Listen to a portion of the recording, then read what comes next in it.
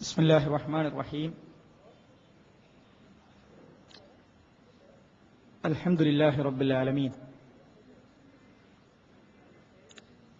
نحمده ونصلي على محمد المصطفى صلى الله عليه وسلم أما بعد ജമാഅത്തെ ഇസ്ലാമിയെ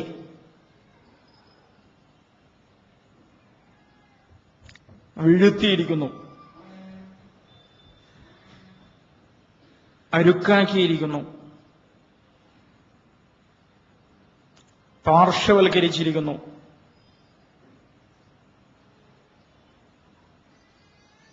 ആനയാണ് എന്ന് സ്വയം ധരിച്ച പ്രസ്ഥാനം ഉറുമ്പുപോലുമല്ല എന്ന് വരുത്തിത്തീർത്തിരിക്കുന്നു എന്ന സ്വഭാവത്തിൽ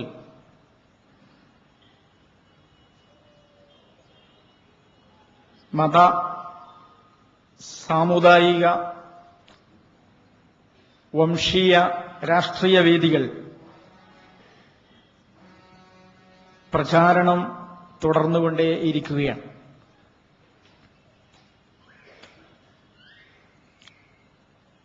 ഇതിനൊക്കെ കാരണമായിട്ട് മലർന്നു വീണിരിക്കുന്നു എന്നതിന്റെ ന്യായമായിട്ട് അരികിലായി പോയിരിക്കുന്നു എന്നതിന്റെ തെളിവായിട്ട് അവർക്ക് പറയുവാനും ചൂണ്ടിക്കാണിക്കുവാനുമുള്ളത് കഴിഞ്ഞ ത്രിതല പഞ്ചായത്ത് തെരഞ്ഞെടുപ്പിൽ നഗരസഭ കോർപ്പറേഷൻ തെരഞ്ഞെടുപ്പിൽ ജമാഅത്തെ ഇസ്ലാമി നേരിട്ടു എന്ന് പറയുന്ന പരാജയമാണ്. അത് വിജയമോ പരാജയമോ എന്ന് തെരഞ്ഞെടുപ്പിൽ സംഭവിച്ചത് എന്താണ് എന്ന് ആവശ്യമുള്ള അളവിൽ വഴിയെ വിശദീകരിക്കുന്നതാണ്. പരാജയപ്പെട്ടു എന്ന് വരികയാണെങ്കിൽ തന്നെ ഒരു ലോക്കൽ ബോഡി ഇലക്ഷനിൽ തോറ്റുപോയി എന്ന് അംഗീകരിക്കപ്പെടുകയാണെങ്കിൽ തന്നെ അരുക്കാവുകയും മലർന്നടിച്ച് വീഴുകയും ചെയ്യുന്ന പ്രസ്ഥാനമാണോ ജമാഅത്തെ ഇസ്ലാമി എന്നാണ് ഒന്നാമതായി മനസ്സിലാക്കപ്പെടേണ്ടതും വിശദീകരിക്കപ്പെടേണ്ടതുമായ യാഥാർത്ഥ്യം, വസ്തുത. ഈ പ്രചരണങ്ങൾ കേട്ടാൽ തോന്നുക തെരഞ്ഞെടുപ്പ് വരുമ്പോൾ പ്രത്യക്ഷപ്പെടുകയും തെരഞ്ഞെടുപ്പ് പിൻവാങ്ങുമ്പോൾ പിൻവാങ്ങുകയും ചെയ്യുന്ന ഒരു കക്ഷി രാഷ്ട്രീയ പ്രസ്ഥാനമാകുന്നു ജമാഅത്തെ ഇസ്ലാമി എന്നാണ്. ജമാഅത്തെ ഇസ്ലാമിക്ക് ഒന്നാമതായി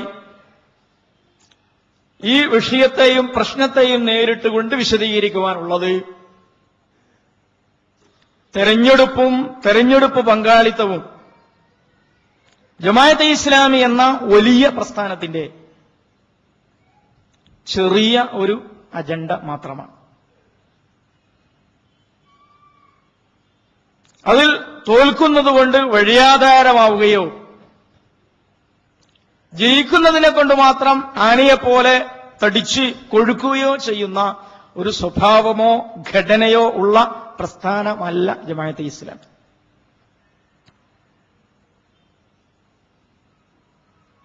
ജമാഅത്തെ ഇസ്ലാമി എന്ന പ്രസ്ഥാനം കേരളം എന്ന സംസ്ഥാനത്തിലെ ഒരു ലോക്കൽ ബോഡി ഇലക്ഷൻ റിസൾട്ടുമായി ബന്ധപ്പെട്ട് വിലയിരുത്തപ്പെടുകയോ പെടേണ്ടതോ ആയ പ്രസ്ഥാനവുമല്ല. അതിന് 3/4 നൂറ്റാണ്ട് കാലത്തെ പ്രവർത്തന പരിചയവും പ്രവർത്തന സാന്നിധ്യവും പ്രസൻസും ഈ രാജ്യത്തുണ്ട്. 3/4 നൂറ്റാണ്ടുകാലമായി നിർവഹിച്ചുകൊണ്ടിരിക്കുന്ന കർമ്മങ്ങളും ദൗത്യങ്ങളുമുണ്ട്. ആ കർമ്മങ്ങളുമായി ബന്ധപ്പെട്ട്, ആ ദൗത്യങ്ങളുമായി ബന്ധപ്പെട്ട്, ആ നയനിലപാടുകളുമായി ബന്ധപ്പെട്ട് വിലയിരുത്തപ്പെടേണ്ട, വിശദീകരിക്കപ്പെടേണ്ട പ്രസ്ഥാനമാണ് ജമാഅത്തെ ഇസ്ലാമി. നിങ്ങളെക്കാൾ കൂടുതൽ സീറ്റ് ഒരു രാഷ്ട്രീയ പാർട്ടി ആകാതെ തന്നെ ഞങ്ങൾ നേടിയെടുത്തിരിക്കുന്നു എന്നതിന്റെ കണക്കുമൊക്കെ അവതരിപ്പിച്ചുകൊണ്ടാണ് രാഷ്ട്രീയം തന്നെ ഇസ്ലാമിൽപ്പെട്ടതല്ല, രാഷ്ട്രീയം ഇസ്ലാമിൽപ്പെട്ടതാണ് എന്ന് പറയൽ മീൻ മാർക്കറ്റിൽ സ്വർണമുണ്ട് എന്ന് പറയുന്നത് പോലെയാണ് എന്നൊക്കെ നേരത്തെ വിശദീകരിച്ച നമ്മുടെ നാട്ടിലെ സലഫി സുഹൃത്തുക്കൾ ഇപ്പോൾ ഇതിനെ നേരിട്ടുകൊണ്ടിരിക്കുന്നത്. ജമാഅത്തെ ഇസ്ലാമിയുടെ അളവുകോൽ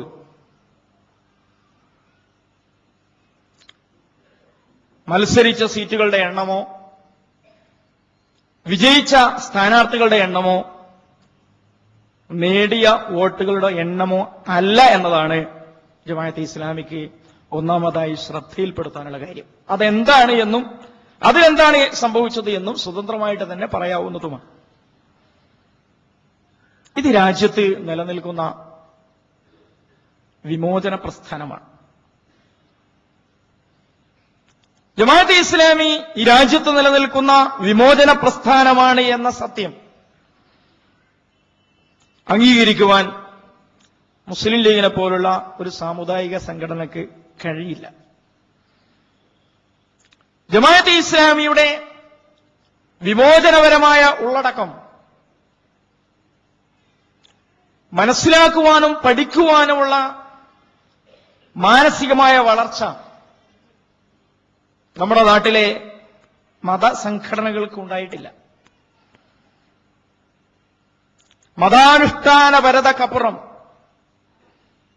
മതത്തെ മനസ്സിലാക്കുവാനോ മതത്തെ ഉൾക്കൊള്ളുവാനോ അവതരിപ്പിക്കുവാനോ കഴിയാത്തവരാണവർ.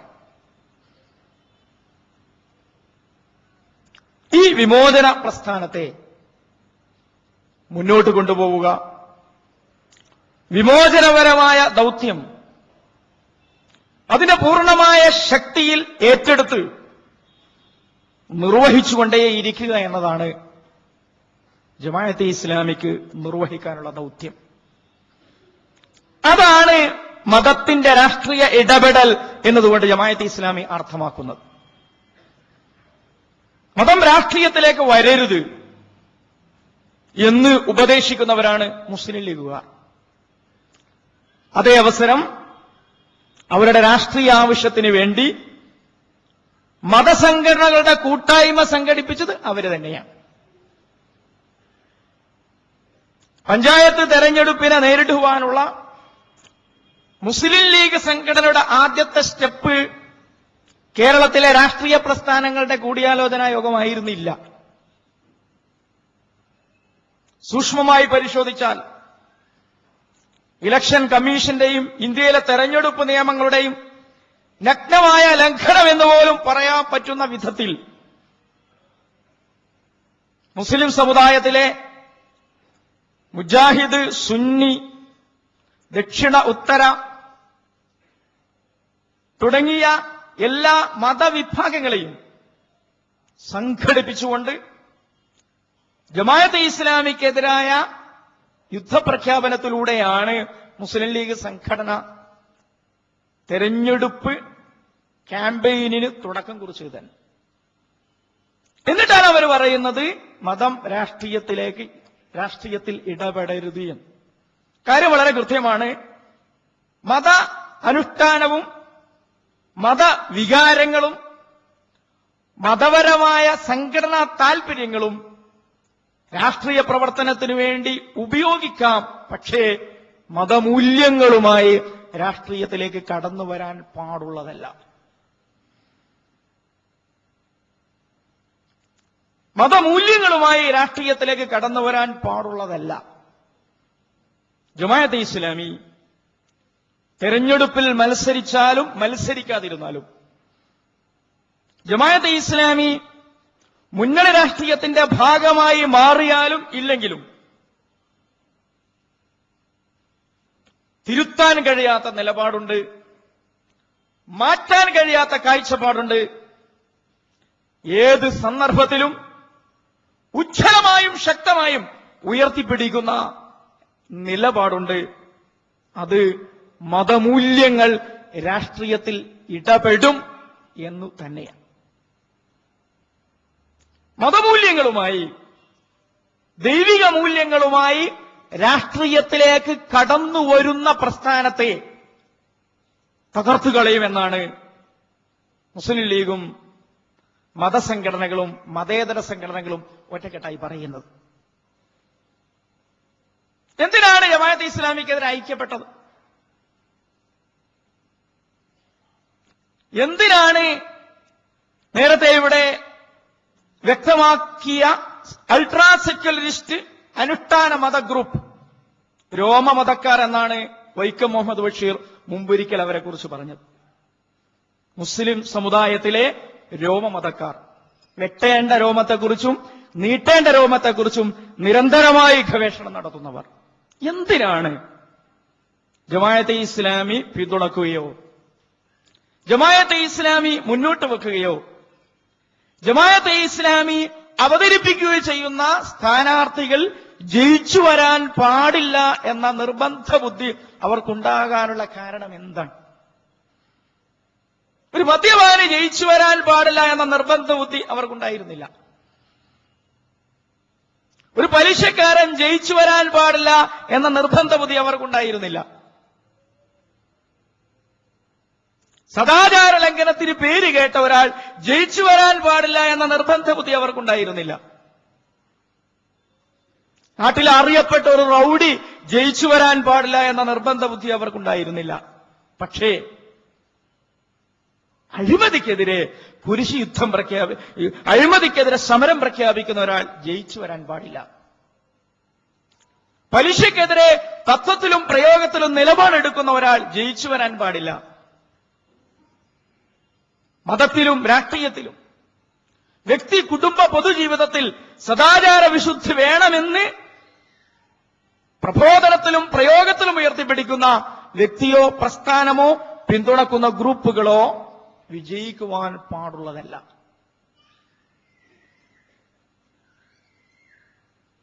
അപ്പോൾ മതസമുദായം, അനുഷ്ഠാന മതസംഘടനാ ഗ്രൂപ്പ്, മതസാമുദായിക സംവിധാനം, ഒപ്പം അൾട്രാ സെക്യുലറിസ്റ്റ് വിഭാഗങ്ങളും ഒരേ രാഷ്ട്രീയത്തെയാണ് പ്രതിനിധീകരിക്കുന്നത് എന്ന ഫലമാണ് ഈ തെരഞ്ഞെടുപ്പിലൂടെ കേരളം തിരിച്ചറിഞ്ഞ ഒരു യാഥാർത്ഥ്യം. ജമാഅത്തെ ഇസ്ലാമിയുടെ തെരഞ്ഞെടുപ്പ് പങ്കാളിത്തം കൊണ്ട് എന്തൊക്കെ നേട്ടങ്ങളുണ്ടായി, എന്തൊക്കെ വികാസങ്ങളുണ്ടായി, എന്തൊക്കെ രാഷ്ട്രീയ അപബോധങ്ങളുണ്ടായി എന്ന് പരിശോധിക്കുകയാണ് എങ്കിൽ ഇത് വളരെ പ്രധാനപ്പെട്ട ഒരു പ്രശ്നമായിട്ട് നമുക്ക് ചൂണ്ടിക്കാണിക്കാൻ സാധിക്കുന്നതാണ്. ഇപ്പോൾ നമുക്കറിയാമല്ലോ, ഇപ്പോൾ ഇവിടെ നടന്നുകൊണ്ടിരിക്കുന്ന അഴിമതിയും തട്ടിപ്പും, ഇതിനെ എങ്ങനെ വിശദീകരിക്കണമെന്ന് വാക്കുകൾ ഉപയോഗിച്ച് വിശദീകരിക്കുവാൻ നമുക്ക് പ്രയാസമാണ്. കേന്ദ്രം മുതൽ കേരളം വരെ, ദില്ലി മുതൽ വയനാട് വരെ വ്യാപിച്ചു കിടക്കുന്ന ഈ അഴിമതി തട്ടിപ്പുകളുടെ പരമ്പര ഏത് രാഷ്ട്രീയ പ്രവർത്തനത്തിന്റെ ഉൽപ്പന്നമാണ് എന്ന് എല്ലാവരും പൊതുവിലും മതസംഘടനാ ഗ്രൂപ്പുകാർ പ്രത്യേകിച്ചും ഒന്ന് വിലയിരുത്തേണ്ടതും വിചിന്തനം നടത്തേണ്ടതുമാണ്. ഇതാണ് സെക്യുലർ ഡെമോക്രസിയുടെ ഉൽപ്പന്നം എന്നാണ് ജമാഅത്തെ ഇസ്ലാമിക്ക് പറയുവാനുള്ളത്. സെക്യുലർ ഡെമോക്രസിയുടെ സ്വാഭാവികമായ ഒരു പരിണിതി മാത്രമാണിത്. അതാണ് ജമാഅത്തെ ഇസ്ലാമി സെക്യുലറിസത്തെ ചോദ്യം ചെയ്യാനുള്ള കാരണം. ജമാഅത്തെ ഇസ്ലാമി സെക്യുലറിസത്തെ ചോദ്യം ചെയ്തു കളഞ്ഞു എന്നതാണല്ലോ പ്രധാനപ്പെട്ട ഒരു കുറ്റപത്രം തന്നെ. സെക്യുലർ ഡെമോക്രസിയിലൂടെ എന്താണ് ഉണ്ടായിത്തീരുക? മതമൂല്യമുക്തമായ ഒരു ജനാധിപത്യ സംവിധാനത്തിലൂടെ, ദൈവിക മൂല്യമുക്തമായ ഒരു ജനാധിപത്യ സംവിധാനത്തിലൂടെ,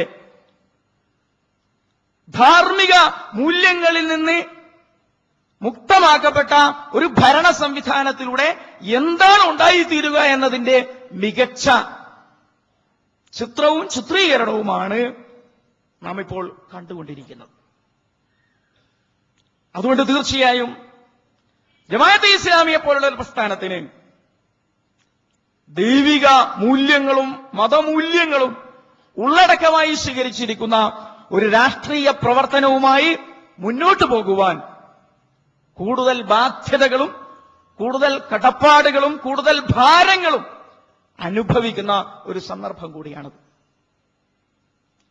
നമുക്ക് വളരെ വ്യക്തതയുള്ള ഒരു മുദ്രാവാക്യം, വളരെ വ്യക്തതയുള്ള ഒരു നിലപാട് സ്വീകരിച്ചുകൊണ്ട് ഈ ഘട്ടത്തിൽ മുന്നോട്ട് പോകാൻ കഴിയും.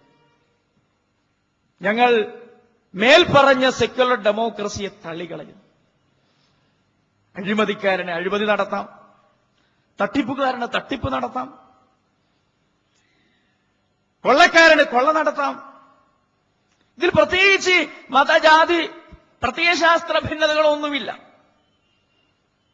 ഇത് സെക്യുലറിസത്തിന്റെ ഒരു സാധ്യത തന്നെയാണ്. വംശീയതയിലും വർഗീയതയിലും മാക്സിസത്തിലും വലതു മാക്സിസത്തിലും എല്ലാം തന്നെ ഈ ഒരു സെക്യുലർ മൂല്യത്തിന്റെ അല്ലെങ്കിൽ മൂല്യനിരാസത്തിന്റേതായ സ്വാധീനം സ്വാഭാവികമായി പടർന്നു പിടിച്ചുകൊണ്ടേയിരിക്കുകയാണ്. നാം ഒരു മോറൽ ഡെമോക്രസിയെ കുറിച്ചാണ് ഈ സമൂഹത്തോട് സംസാരിച്ചുകൊണ്ടിരിക്കുന്നത്. ഈ മോറൽ ഡെമോക്രസി ധാർമ്മിക ഉള്ളടക്കമുള്ള ഒരു ജനാധിപത്യ സംവിധാനം, ദൈവിക മൂല്യങ്ങളുടെ ഉള്ളടക്കമുള്ള ഒരു ജനാധിപത്യ സംവിധാനം, അതിനെയാണ് സയ്യിദ് അബുൽ അല മൗദൂദി ദൈവരാജ്യം എന്ന് വിളിച്ചത്. ദൈവരാജ്യം എന്ന പദം അശ്ലീലപദമായിട്ട് പ്രചരിപ്പിക്കുവാനാണല്ലോ സെക്യുലറിസ്റ്റുകളും മതസംഘടനകളും കൂട്ടായി ശ്രമിച്ചത്. നേരത്തെ അമീർ അവർകൾ അത് വ്യക്തമാക്കി കഴിഞ്ഞു. എന്താണ് ദൈവരാജ്യത്തിലെ അശ്ലീലത? ദൈവരാജ്യം വന്നു കളയും, പേടിക്കണം. ഏതോ ഒരു വാർഡിൽ ജനകീയ വികസന മുന്നണി ഒരു സ്ഥാനാർത്ഥി ജയിച്ചു കഴിഞ്ഞാൽ ദൈവരാജ്യം വന്നു കളയും, പേടിക്കണം. ഉറുമ്പിനെപ്പോലും ചവിട്ടിയരക്കാത്ത പരമസാധുവായ സാത്വികനായ ജനസേവകനായ ഒരു മുന്നണി സ്ഥാനാർത്ഥിക്കെതിരെ, ജനകീയ വികസന സ്ഥാനാർത്ഥിക്കെതിരെ ഒരു സലഫി സുഹൃത്ത് ഒരു അമുസ്ലിം സഹോദരന് നൽകിയ കുറ്റപത്രം,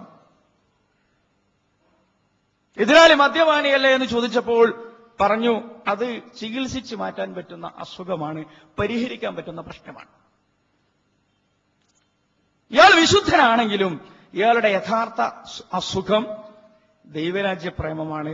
നമ്മുടെ വാർഡ് കാശ്മീർ പോലെ ആയിപ്പോകും. അതുകൊണ്ട് മദ്യപാനി ജയിച്ചാലും ഇദ്ദേഹം ജയിച്ചു വരാതിരിക്കുവാൻ ശ്രദ്ധിക്കണം, സൂക്ഷിക്കണം. ദൈവരാജ്യം എന്ന് പറഞ്ഞാൽ അപകടം പിടിച്ച അശ്ലീലമായ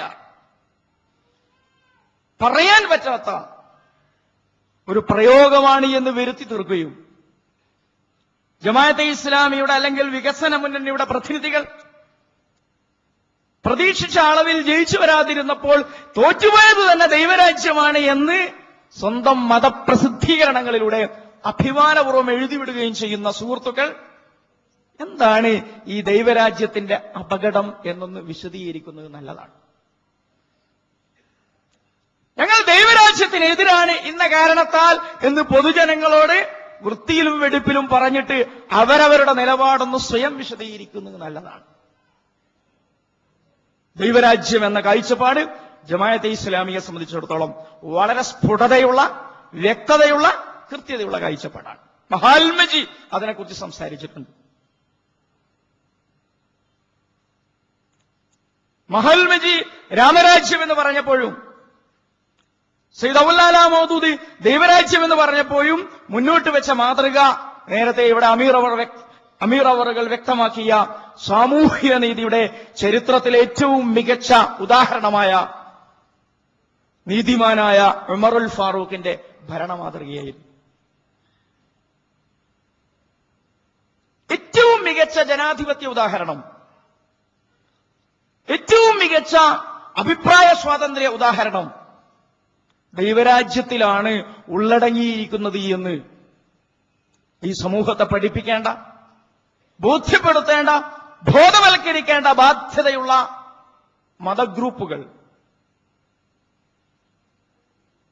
ദൈവത്തിനെതിരായ സാക്ഷ്യമാണ്, അള്ളാഹുവിനെതിരായ സാക്ഷ്യമാണ് ഈ പ്രചാരണത്തിലൂടെ നിർവഹിച്ചുകൊണ്ടിരിക്കുന്നത് എന്ന് പറയാതിരിക്കാൻ നിർവാഹമില്ല. അല്ലാഹു സുബ്ഹാനഹു വ തആല ദൈവം തമ്പുരാൻ ഈ മണ്ണിലേക്ക് തന്റെ പ്രതിനിധിയായിട്ട്, ഖലീഫയായിട്ട് ഈ ഭൂമിയുടെ ചുമതലയും ഉത്തരവാദിത്വവും ഏറ്റെടുക്കുവാൻ വേണ്ടി മനുഷ്യനെ അയച്ചപ്പോൾ ഇന്നി ജാഇലുൻ ഫിൽ അർളി ഖലീഫത്തൻ ഇന്നാ അർളന അൽ അമാനത അല അസ്സമാവാതി വൽ അർളി വൽ ജിബാൽ ഫഅബൈന അൻ യഹ്മിൽനഹാ ഫഅഷ്ഫഖ്ന മിൻഹാ ഫഹമലഹൽ ഇൻസാൻ ഇന്നഹു കാന ളലൂമൻ ജഹൂല. ഉത്തരവാദിത്വം ഉള്ള, ചുമതലയുള്ള ഈ ഭൂമിയുടെ അധികാരവും ഭരണവും പരിപാലനവും വികസനവുമൊക്കെ ഏറ്റെടുക്കുവാൻ കടപ്പെട്ടവനായി മനുഷ്യനെ നിശ്ചയിച്ചപ്പോൾ അവിടെ പ്രതിപക്ഷ നേതാവായി നിൽക്കുവാനുള്ള അനുവാദമാണ് ഇബ്ലീസ് ചോദിച്ചത്.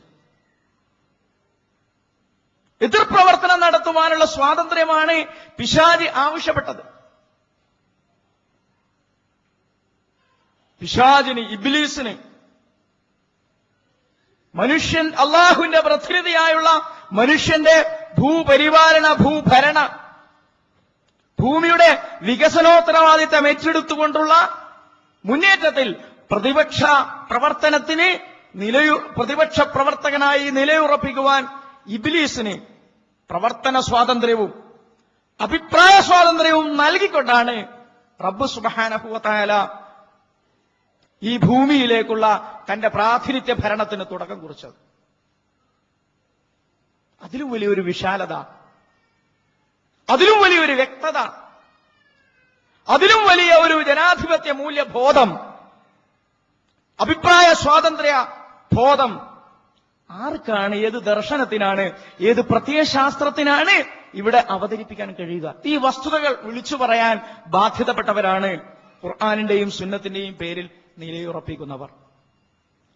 ഈ വസ്തുതകൾ പറയാൻ ചുമതലപ്പെട്ടവരാണ് ദൈവരാജ്യം എന്ന വാക്കിനെ അശ്ലീലപദമായിട്ട്, അപകടം പിടിച്ച പദമായിട്ട്, അനാരോഗ്യമുള്ള പദമായിട്ട്, പരിഷ്കൃത സമൂഹത്തിന് ചേരാത്ത പദമായിട്ട് ചിത്രീകരിക്കുവാൻ ദൈവത്തെയും പ്രവാചകനെയും നിരാകരിക്കുന്ന, ഖുർആനിനെയും പ്രവാചകചര്യയും തള്ളിക്കളയുന്ന, മൂല്യബോധത്തെ പരിഹസിക്കുന്ന,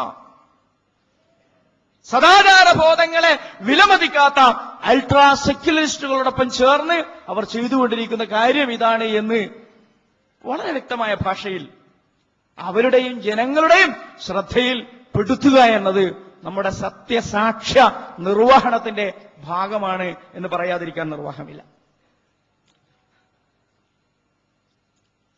ജമാഅത്തെ ഇസ്ലാമി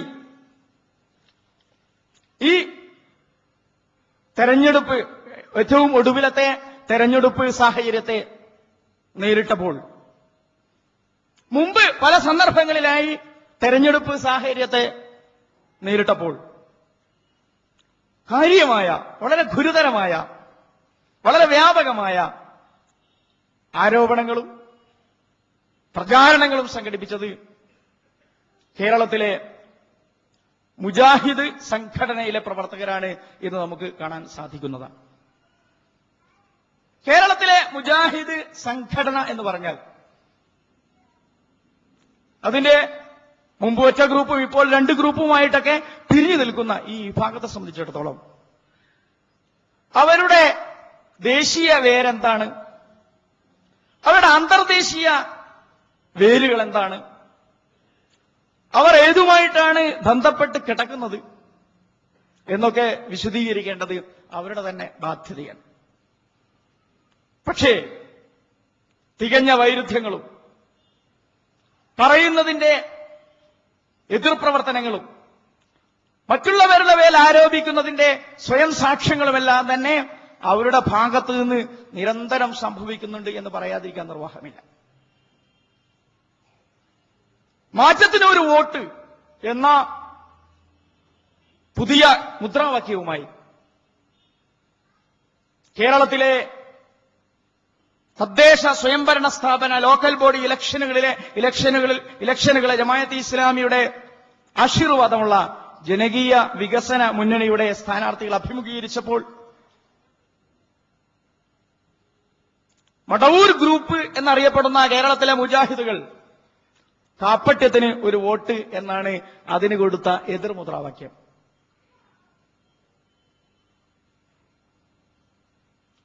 സ്വയം പുരോഗമനം ചമയുന്ന, തീവ്രവാദ വിരുദ്ധത ചമയുന്ന, അങ്ങനെ വിശാല സ്നേഹ സൗഹൃദ ഇസ്ലാമിന്റെ വക്താക്കളായി പ്രത്യക്ഷപ്പെടുന്ന പ്രവണത ഇക്കൂട്ടർക്ക് ധാരാളമായിട്ടുണ്ട് എന്നും നമുക്ക് കാണാവുന്നതാണ്. കേരളത്തിലെ NDF, പോപ്പുലർ ഫ്രണ്ട്, SDPI കൂട്ടായ്മ അത് സൃഷ്ടിക്കുന്ന വർഗീയ വിപത്തുകളെയും വർഗീയ മാലിന്യ പ്രചാരണ പരിപാടികളെയുമെല്ലാം തന്നെ ജമാഅത്തെ ഇസ്ലാമിയുടെ അക്കൗണ്ടിലും സയ്യിദ് അബുൽ മൗദൂദിയുടെ പ്രവർത്തനത്തിന്റെ പരിണിതിയിലും പ്രതിഫലനത്തിലും ചേർത്ത് വിശദീകരിക്കുവാനും വലിയ നാവുള്ള, അതിനുവേണ്ടി സ്റ്റേജുകളും പേജുകളും സമർത്ഥമായി ഉപയോഗപ്പെടുത്തുന്ന വ്യക്തികൾ ഈ പ്രസ്ഥാനത്തിന്റെ അകത്തുണ്ട്. അവരുടെ ശ്രദ്ധയിലേക്കായിട്ട് ആരാണ് കപടന്മാരെന്നും കാപ്പട്യത്തിന്റേതായ സംസ്കാരവും സ്വഭാവവും ആർക്ക് ചേർന്നതാണ് എന്ന് മനസ്സിലാക്കുവാൻ ഒടുവിലത്തെ ഉദാഹരണം ശ്രദ്ധയിൽപ്പെടുത്തുകയാണ്.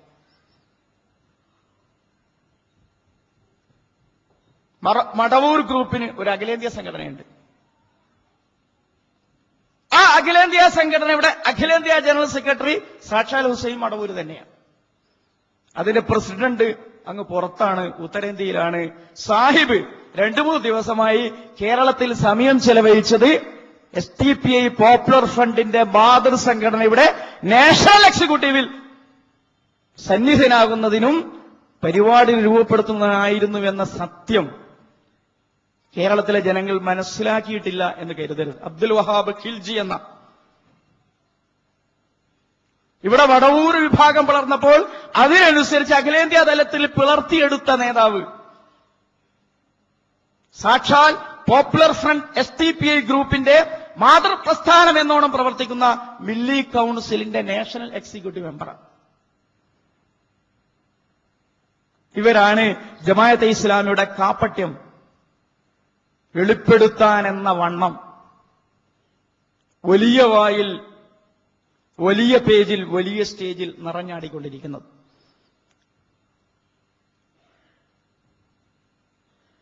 ഇവരുടെ മറ്റൊരു നേതാവ് കണ്ണൂർ ജില്ലയിൽ നിന്ന് ഇടതുപക്ഷ പിന്തുണയോടുകൂടി ജില്ലാ പഞ്ചായത്ത് മെമ്പറായി ജയിച്ചു വന്നിട്ടുണ്ട്. എനിക്ക് ആ നേതാവിനെ വ്യക്തിപരമായിട്ടറിയാം. വ്യക്തി സൗഹൃദമുള്ള ആളാണ്. മുസ്ലിം സമൂഹത്തിലെ രാഷ്ട്രീയ ഐക്യ രൂപീകരണത്തെക്കുറിച്ച്, മുസ്ലിം സമൂഹത്തിൽ ഇതുവരെ നിലവിലുണ്ടായിരുന്ന രാഷ്ട്രീയ ഭദ്രതയ്ക്ക് ജമാഅത്തെ ഇസ്ലാമിയുടെ രംഗപ്രവേശനം ഇടങ്കോലാവുന്നതിനെക്കുറിച്ച് നീണ്ട പേജുകൾ ഉപന്യസിക്കുന്നതിനിടയിൽ കണ്ണൂർ ജില്ലയിൽ നിന്ന് ഇടതുപക്ഷ പിന്തുണയോടുകൂടി ജയിച്ചു വന്ന മടവൂർ ഗ്രൂപ്പിന്റെ ഒരു നേതാവ് AKG സെന്ററിൽ പിണറായിയുടെ മുമ്പിൽ പഞ്ചപുച്ഛമടക്കിയിരിക്കുന്ന ഒരു പുതിയ മുസ്ലിം പാർട്ടി ഉണ്ടാക്കാൻ വേണ്ടി. കേരളത്തിൽ മുസ്ലിം ലീഗ് പോരാഞ്ഞിട്ട്, INL പോരാഞ്ഞിട്ട്, PDP പോരാഞ്ഞിട്ട്, SDPI പോരാഞ്ഞിട്ട് ഒരു പുതിയ മുസ്ലിം പാർട്ടി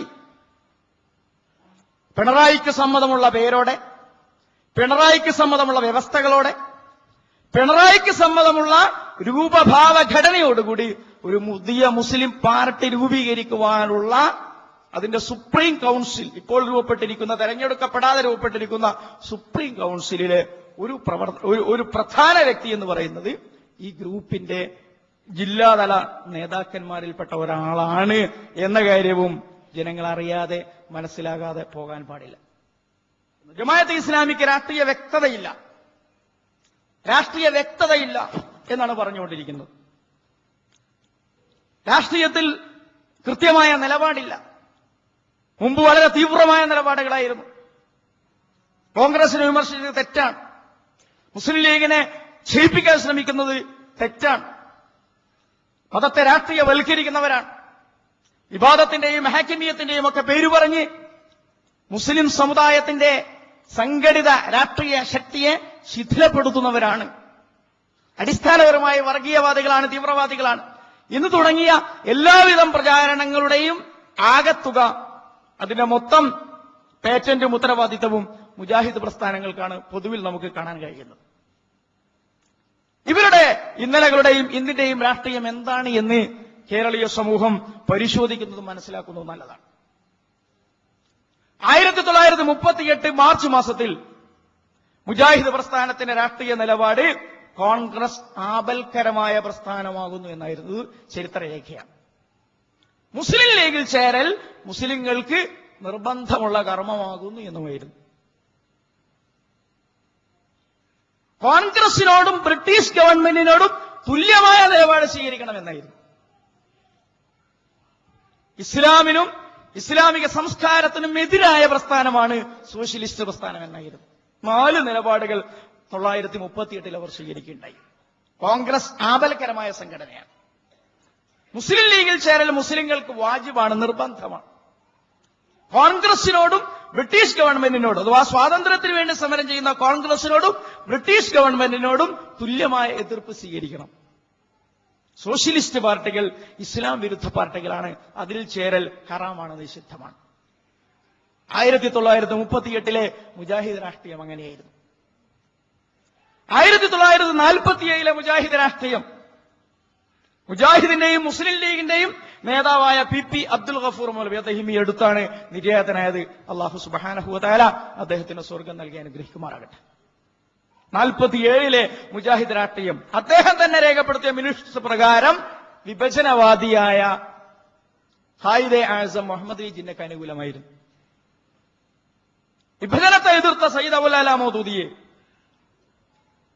വിഭജനം വിഡ്ഢിത്തമാണ് എന്ന് ശക്തമായ നിലപാടെടുക്കുകയും ഏകീകൃത ഇന്ത്യക്ക് വേണ്ടി പ്രചാരണങ്ങളും പ്രബോധനങ്ങളും സംഘടിപ്പിക്കുകയും ചെയ്ത മൗദൂദിയെയും ജമാഅത്തെ ഇസ്ലാമിയെയും സ്വാതന്ത്ര്യ സമരത്തെ പിന്നിൽ നിന്ന് കുത്തിയവരായും തീവ്ര വർഗീയ ഗ്രൂപ്പായിട്ടും ചിത്രീകരിക്കുന്നതിൽ നല്ല വൈദഗ്ധ്യമുള്ള അത്തരം പ്രചാരണ പ്രവർത്തനങ്ങളുടെ മുന്നണി പോരാളികളായി മാറുന്ന മുജാഹിദ് സുഹൃത്തുക്കൾ 47 അവരുടെ രാഷ്ട്രീയ നിലപാട് ഖായിദെ ആസം മുഹമ്മദ് അലി ജിന്നയുടെ പിന്നിൽ അടിയുറച്ചു നിൽക്കുക എന്നതായിരുന്നു.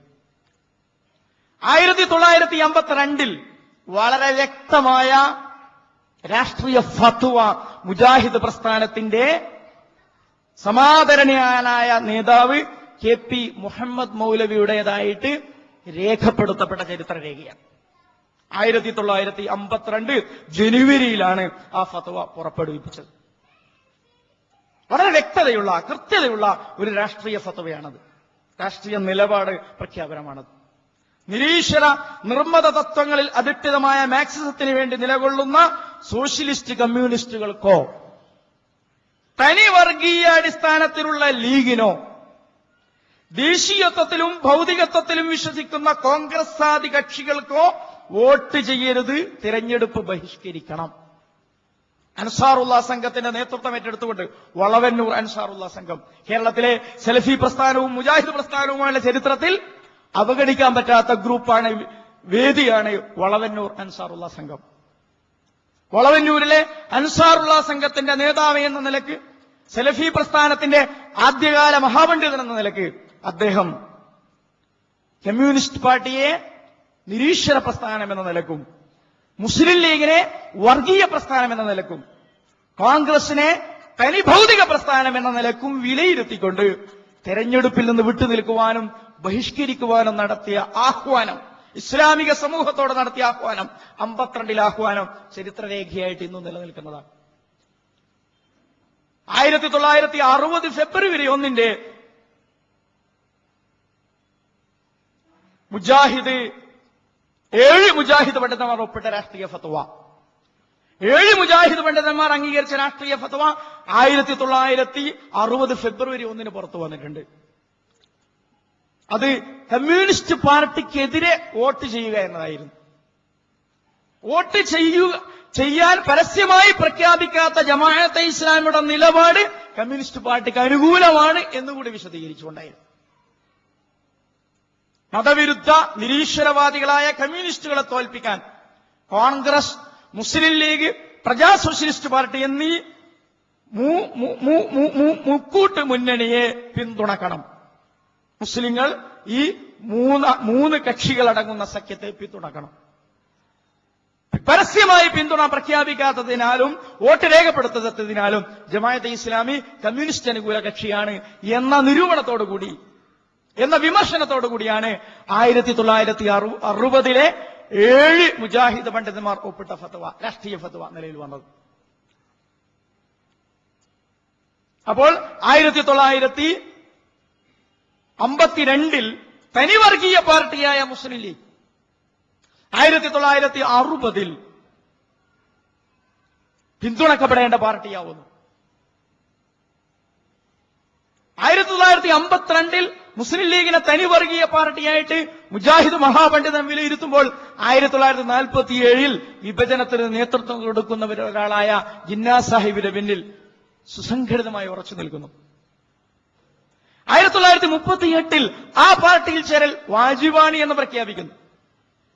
കോൺഗ്രസ് മുസ്ലിം വിരുദ്ധ ദേശവിരുദ്ധ പാർട്ടിയാണ് എന്നും ബ്രിട്ടീഷ് ഗവൺമെന്റിനോട് എന്ന പോലെ കോൺഗ്രസിനോടും എതിർപ്പ് പ്രകടിപ്പിക്കണമെന്ന് പ്രഖ്യാപിക്കുന്നു.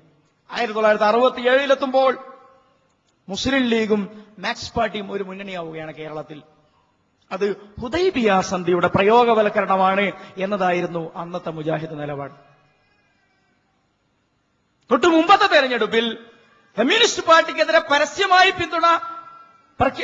എതിർപ്പ് പ്രകടിപ്പിക്കാത്ത ജമാഅത്തെ ഇസ്ലാമിയെ കമ്മ്യൂണിസ്റ്റ് അനുകൂല പാർട്ടിയായി ചിത്രീകരിച്ച മുജാഹിദുകൾ 67 കമ്മ്യൂണിസ്റ്റ് മുസ്ലിം ലീഗ് സഖ്യം എന്നത് പഴയ ഹുദൈബിയ സന്ധിയുടെ, മക്കയിലെ മുശ്രിക്കുകളും മദീനയിലെ റസൂൽ കരീം മുഹമ്മദ് മുസ്തഫ സ്വല്ലല്ലാഹു അലൈഹി വസല്ലം നേതൃത്വത്തിലെ ഗവൺമെന്റും തമ്മിലുണ്ടായ ആ ഉടമ്പടിയുടെ ആ കാലഘട്ടത്തിലെ പ്രയോഗവൽക്കരണമായി വ്യാഖ്യാനിച്ചവരാണ്. മുസ്ലിം ലീഗ് വളർന്നപ്പോൾ AV അബ്ദുറഹിമാൻ ഹാജി, MK ഹാജി തുടങ്ങിയ മുജാഹിദുകൾ ഇടതുപക്ഷ മുജാഹിദുകളായിരുന്നു. സീതി ഹാജിയെ പോലുള്ള മുജാഹിദ് നേതാക്കന്മാർ വലതുപക്ഷ മുജാഹിദുകളായിരുന്നു. ഈ സ്വഭാവത്തിൽ രാഷ്ട്രീയ പരിണാമങ്ങളുള്ള 2010 എത്തി നിൽക്കുമ്പോൾ വിജയിച്ച മുജാഹിദ് സ്ഥാനാർത്ഥികളുടെ ലിസ്റ്റ് പ്രസിദ്ധീകരിച്ചു കഴിഞ്ഞിരിക്കുകയാണ്.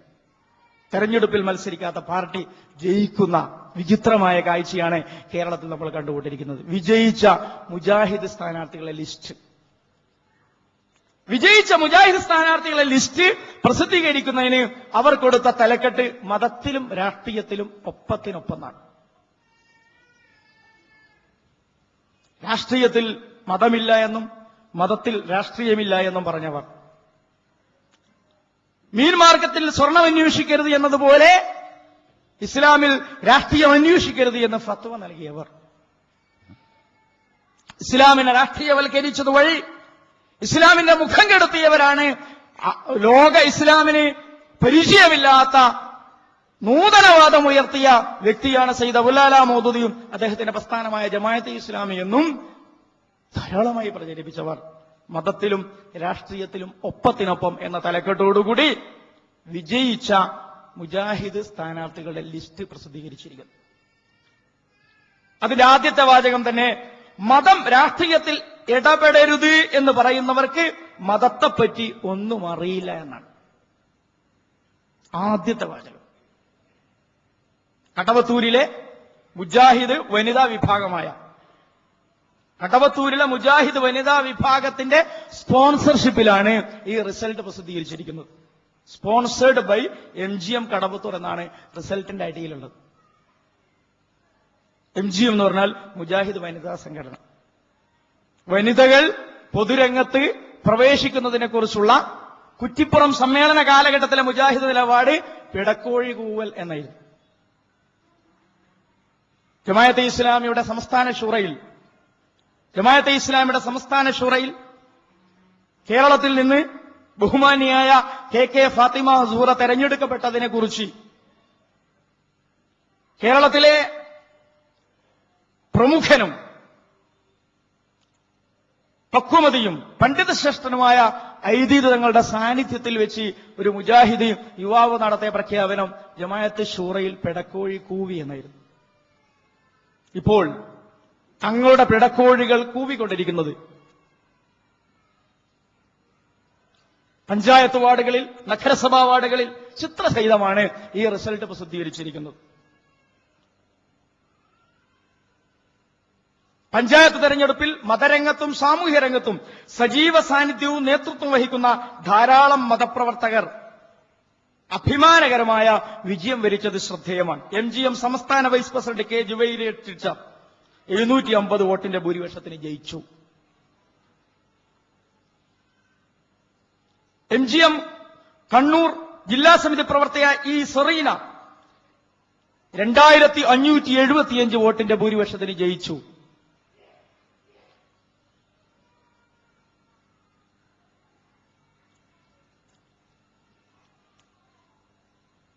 MSM വളവട്ടണം പഞ്ചായത്ത് കമ്മിറ്റി അംഗമായ KL അഷ്റഫ്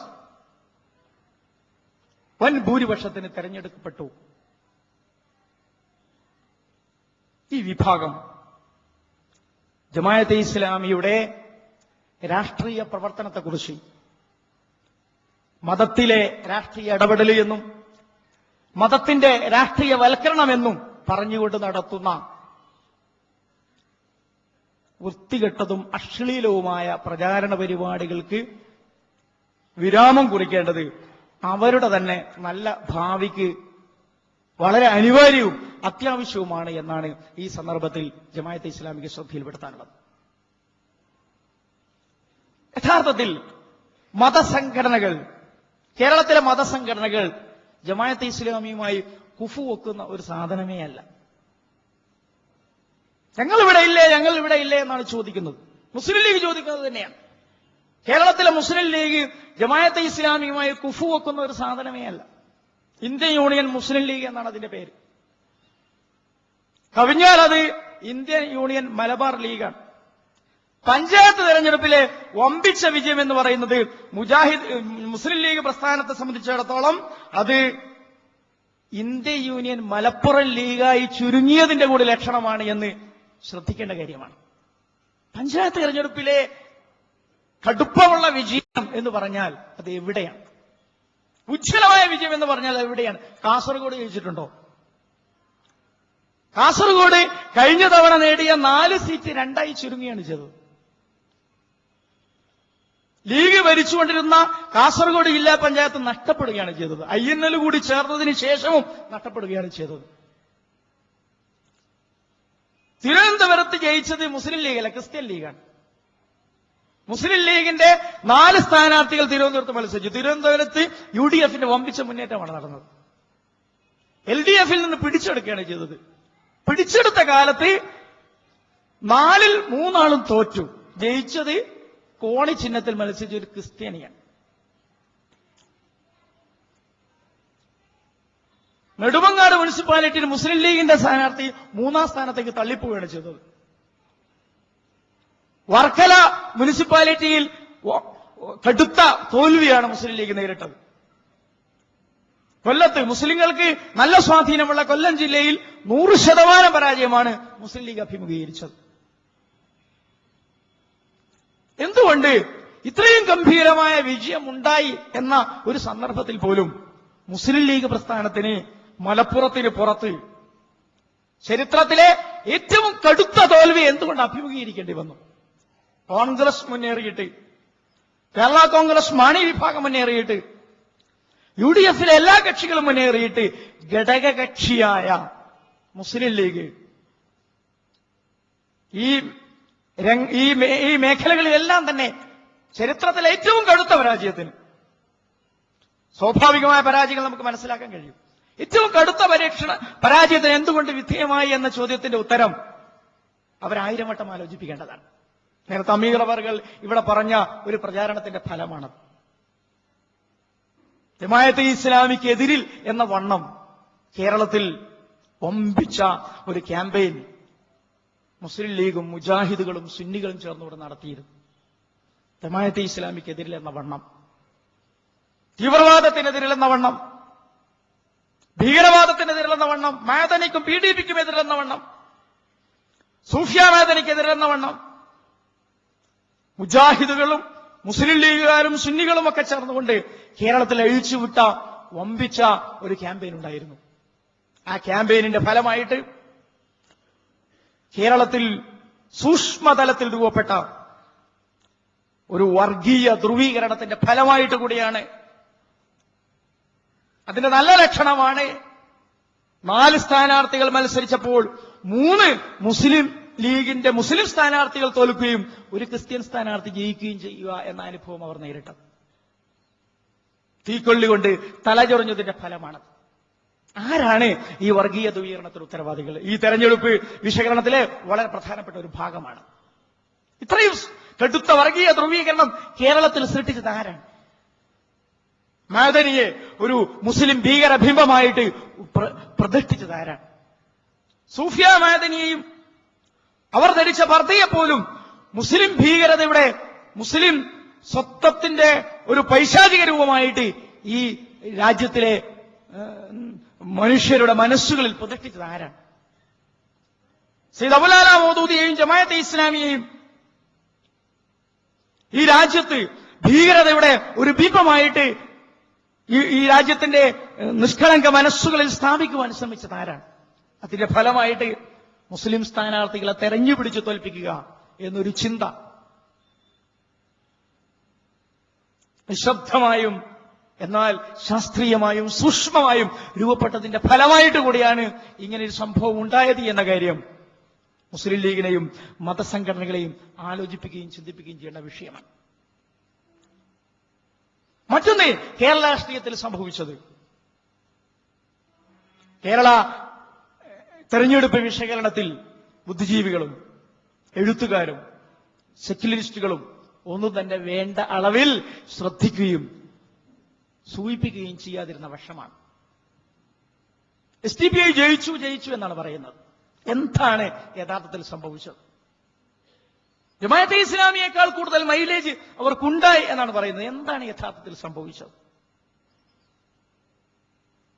SDPIയും ജമാഅത്തെ ഇസ്ലാമിയും തമ്മിൽ വളരെ മൗലികമായ രാഷ്ട്രീയ വിയോജിപ്പുണ്ട്. യാതൊരു തർക്കവുമില്ല കാര്യത്തിൽ. പോപ്പുലർ ഫ്രണ്ടിന്റെയും SDPയുടെയും രാഷ്ട്രീയ നിലപാടുകളും ജമാഅത്തെ ഇസ്ലാമിയുടെ രാഷ്ട്രീയ നിലപാടുകളും ഭിന്നം തന്നെയാണ്. മുസ്ലിം ലീഗുമായി ഭിന്നതയുള്ളതുപോലെ തന്നെ അടിസ്ഥാനപരമായി മുസ്ലിം ലീഗും പോപ്പുലർ ഫ്രണ്ട് ഗ്രൂപ്പും സാമുദായിക സംഘടനകളാണ്. സാമുദായിക രാഷ്ട്രീയം എന്ന് പറയുന്നത് ഇസ്ലാമിക നിലപാടുമായി യോജിച്ചു പോകുന്നതല്ല എന്ന നിലപാട് ജമാഅത്തെ ഇസ്ലാമിക്കുണ്ട്. ഇന്ത്യയിൽ വളർന്നു വരേണ്ടത്, ഇന്ത്യയിൽ വികസിക്കേണ്ടത് മൂല്യബോധവും ധാർമ്മികതയുമുള്ള ഐഡിയൽ പൊളിറ്റിക്സാണ്. ധാർമ്മിക സദാചാരബോധമുള്ള ആദർശ രാഷ്ട്രീയമാണ് എന്ന നിലപാടോടെയാണ് ജമാഅത്തെ ഇസ്ലാമി മുന്നോട്ട് പോയിക്കൊണ്ടിരിക്കുന്നത്. യഥാർത്ഥത്തിൽ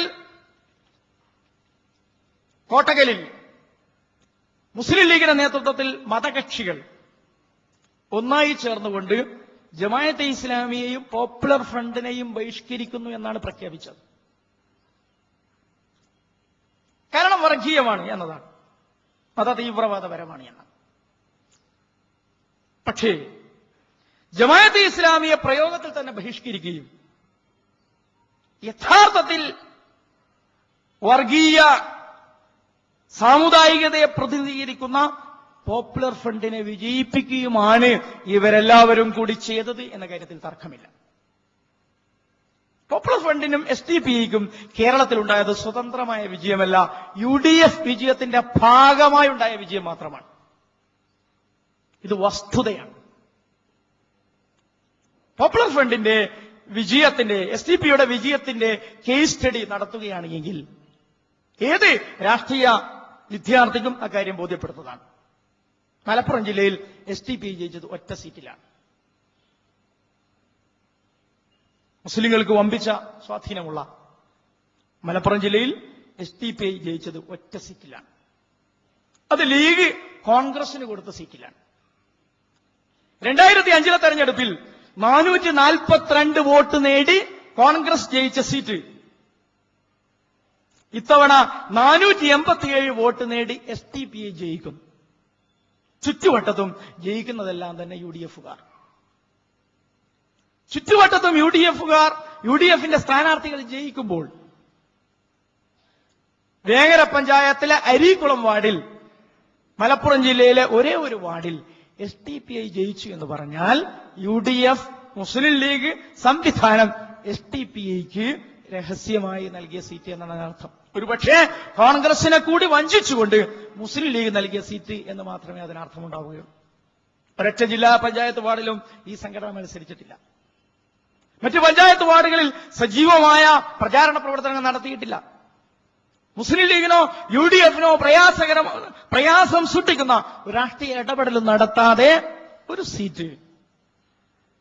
കഴിഞ്ഞ തെരഞ്ഞെടുപ്പിൽ 442 വോട്ട് കോൺഗ്രസ് നേടിയ സീറ്റ് ഇത്തവണത്തെ തെരഞ്ഞെടുപ്പിൽ 487 വോട്ടോടുകൂടി SDPI UDF-ന്റെ അപ്രഖ്യാപിത അലിഖിത ഘടകകക്ഷി എന്ന നിലയ്ക്ക് നേടിയതാണ് എന്നത് വളരെ വ്യക്തതയുള്ള സത്യമാണ്. തൊടുപുഴയിലെ 19ാമത്തെ വാർഡിൽ SDPI ജയിച്ചതാണ് കേരളത്തിൽ കൊട്ടിഘോഷിക്കപ്പെട്ട ഒരു വസ്തുത. കൈവെട്ട് രാഷ്ട്രീയത്തിന്റെ പ്രയോഗവൽക്കരണം നടന്ന പ്രദേശത്താണ് SDPI ജയിച്ചത്. കഴിഞ്ഞ തവണ കോൺഗ്രസ് ജയിച്ച സ്ഥലമാണത്. കൈവെട്ട് രാഷ്ട്രീയമാണ് കേരള മുസ്ലിങ്ങളെ അപകീർത്തിപ്പെടുത്തിയ രാഷ്ട്രീയമെന്ന് പ്രചരിപ്പിക്കുവാനാണ് മത സാമുദായിക സംഘടനകൾ ഒന്നായി ശ്രമിച്ചതും അതിന്റെ കാരണം സയ്യിദ് അബുൽ അഹമ്മദുള്ള പുസ്തകങ്ങളാണ് എന്ന് വരുത്തി തീർക്കാനുമാണ് ശ്രമിച്ചത്. നേരത്തെ അതിന്റെ ചില മറുവശങ്ങളിലേക്ക് അമീർ അവറുകൾ വ്യക്തമായ സൂചനകൾ നൽകുകയുണ്ടായി. 19ാം വാർഡ് 17, 18, 19 എന്ന് പറയുന്നത് തൊടുപുഴ നഗരസഭയിലെ മുസ്ലിം ബെൽറ്റാണ്. SDPI സ്വതന്ത്രമായി നേടിയ സ്വാധീനവും സ്വതന്ത്രമായി നേടിയ വിജയവും LDF-ഉം UDF-ഉം ഉയർത്തിയ കടുത്ത പ്രതിരോധത്തിനിടയിൽ അതിന്റെ എല്ലാ രാഷ്ട്രീയ പ്രത്യയശാസ്ത്രങ്ങളെയും തട്ടിത്തെറിപ്പിച്ച് നേടിയ വിജയവുമാണ് എങ്കിൽ എങ്ങനെയാണ് ഒരേ ബെൽറ്റിൽപ്പെടുന്ന 17ാം വാർഡിൽ SDPI കിട്ടിയ വോട്ട് 1 വോട്ടാണ്. തൊട്ടടുത്ത 18ാമത്തെ വാർഡിൽ കിട്ടിയ വോട്ട് 150 വോട്ടാണ്. ഈ രണ്ടിടത്തും ലീഗ് നല്ല ഭൂരിപക്ഷത്തോടുകൂടി ജയിക്കുകയും കോൺഗ്രസിന് നൽകിയ കഴിഞ്ഞ തവണ കോൺഗ്രസ് വമ്പിച്ച ഭൂരിപക്ഷത്തോടുകൂടി ജയിച്ച സീറ്റിൽ SDPI വിജയം വരികയും ചെയ്തതിന്റെ രസതന്ത്രം എന്താണ്, പൊളിറ്റിക്സ് എന്താണ് എന്ന് ഏതൊരു സാധാരണക്കാരനും പിടികിട്ടുന്നതേയുള്ളൂ. വാഴക്കുളം ബ്ലോക്ക് പഞ്ചായത്തിലെ വഞ്ചിനാട് ഡിവിഷനിൽ SDPI ചരിത്രപരമായ ഉജ്ജ്വല വിജയം നേടി. ഒരു ബ്ലോക്ക് ഡിവിഷനിൽ ഒരു സംഘടന നേടുന്ന ഉജ്ജ്വലവും ചരിത്രപരവും വമ്പിച്ച ഭൂരിപക്ഷമുള്ളതായ വിജയം ആ ബ്ലോക്ക് ഡിവിഷനിലെ പഞ്ചായത്ത് വാർഡുകളിൽ ഒരു സ്വാധീനവും ചെലുത്താതെ പോയത് എന്തുകൊണ്ടാണ്? ഒരൊറ്റ ബ്ലോക്ക് ഡിവിഷനിലെ ബ്ലോക്ക് ഡിവിഷന്റെ പരിധിയിലെ പഞ്ചായത്ത് ഡിവിഷനുകളിൽ മഹാഭൂരിപക്ഷവും UDF മുസ്ലിം ലീഗ് സ്ഥാനാർത്ഥികൾ ജയിക്കുകയും ബ്ലോക്ക് ഡിവിഷൻ മാത്രം ഈ ഒരു സംഘടനയ്ക്ക് ലഭിക്കുകയും ചെയ്തു എന്ന് പറയുന്നതിന്റെ പിന്നില് ഇവിടെ പ്രതി ആരാണ് എന്ന് ചോദിച്ചാൽ, ഇവിടെ കാപ്പറ്റ്യം പ്രവർത്തിച്ചത് ആരാണ് എന്ന് ചോദിച്ചാൽ, ഇവിടെ ജനങ്ങളെ വഞ്ചിച്ചത് ആരാണ് എന്ന് ചോദിച്ചാൽ കേരളത്തിലെ മുസ്ലിം ലീഗ് UDF സംവിധാനമാണ് എന്ന് എളുപ്പത്തിൽ നമുക്ക് കണ്ടെത്താൻ സാധിക്കുന്നതേയുള്ളൂ. കോട്ടക്കലിൽ വെച്ച് പരസ്യമായി പ്രമേയം പാസാക്കുകയും ആ പ്രമേയപ്രകാരം ജമാഅത്തെ ഇസ്ലാമിയുടെ ആദർശ രാഷ്ട്രീയത്തെ, ജമാഅത്തെ ഇസ്ലാമിയുടെ ജനകീയ രാഷ്ട്രീയത്തെ, ജമാഅത്തെ ഇസ്ലാമിയുടെ അവർഗീയ രാഷ്ട്രീയത്തെ ഒറ്റപ്പെടുത്തുകയും ചെയ്തതിനു ശേഷം വർഗീയ സായുധ ഉള്ളടക്കമുള്ള കേരളത്തിലെ ഈ ഗ്രൂപ്പിനെ രഹസ്യമായി സഹായിച്ച് അവരുടെ കൂടി സഹായത്തോടുകൂടി നടത്തിയ വിജയത്തെ കണ്ടില്ലെന്ന് നടിക്കുന്നതും വിലയിരുത്താതിരിക്കുന്നതും രാഷ്ട്രീയമായ അപകടമായി തീരുമെന്ന് ജമാഅത്തെ ഇസ്ലാമിക്ക് ഈ സന്ദർഭത്തിൽ ശ്രദ്ധയിൽപ്പെടുത്തേണ്ടതായിട്ടുണ്ട്. ജമാഅത്തെ ഇസ്ലാമിയെക്കുറിച്ച്, ജനകീയ വികസന മുന്നണിയെക്കുറിച്ച് നമ്മുടെ നാട്ടിലെ മാധ്യമങ്ങൾ, മതസംഘടനകൾ, സാമൂഹ്യ രാഷ്ട്രീയ സംഘടനകൾ, ഇടത് ബുദ്ധിജീവികൾ, സെക്യുലർ എഴുത്തുകാരൊക്കെ പലതരം നിരൂപണങ്ങൾ നടത്തുകയുണ്ടായി. പക്ഷെ അവരാരും തന്നെ വിളിച്ചു പറയാത്ത, അവരാരും തന്നെ ജനശ്രദ്ധയിൽ കൊണ്ടുവരാത്ത വളരെ സുപ്രധാനമായൊരു വർഷമുണ്ട്. 1685 സ്ഥാനാർത്ഥികൾ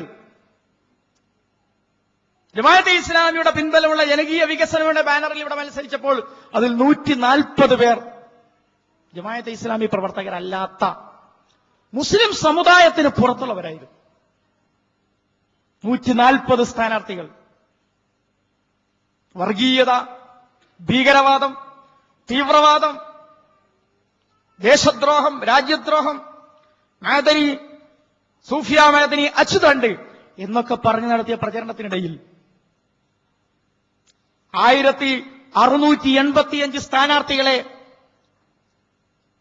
വികസനത്തിന്റെ പേരിൽ, ലോക്കൽ എംപവർമെന്റിന്റെ, പ്രാദേശിക രാഷ്ട്രീയ ശാക്തീകരണത്തിന്റെ പേരിൽ, തികച്ചും ന്യായമായ രാഷ്ട്രീയ ദർശനങ്ങളുടെ പേരിൽ മത്സരരംഗത്തിറക്കിയപ്പോൾ അതിൽ 140 പേർ ജമാഅത്തെ ഇസ്ലാമിയുടെ രാഷ്ട്രീയത്തെക്കുറിച്ച്, അതിന്റെ രാഷ്ട്രീയ സ്വപ്നങ്ങളെയും കാഴ്ചപ്പാടുകളെയും കുറിച്ച് കൃത്യമായ അവബോധമുള്ള, ജമാഅത്തെ ഇസ്ലാമിക്ക് പുറത്തുള്ള, ഇസ്ലാമിക സമൂഹത്തിന് പുറത്തുള്ള, മുസ്ലിം സമുദായത്തിന് പുറത്തുള്ള ഈ രാജ്യനിവാസികളായ സഹോദരന്മാരും സഹോദരിമാരുമായിരുന്നു എന്ന വലിയ സത്യം, കേരളത്തിന്റെ ഭാവി രാഷ്ട്രീയ രൂപീകരണത്തിൽ വമ്പിച്ച മുതൽക്കൂട്ടാകാൻ പോകുന്ന സത്യം, ഇസ്ലാമിക രാഷ്ട്രീയത്തിന്റെ പ്രയോഗത്തെക്കുറിച്ച് വളരെ വ്യക്തതയുള്ള ചിത്രം നൽകുന്ന സത്യം തമസ്കരിച്ചത് ആർക്ക് വേണ്ടിയാണ്?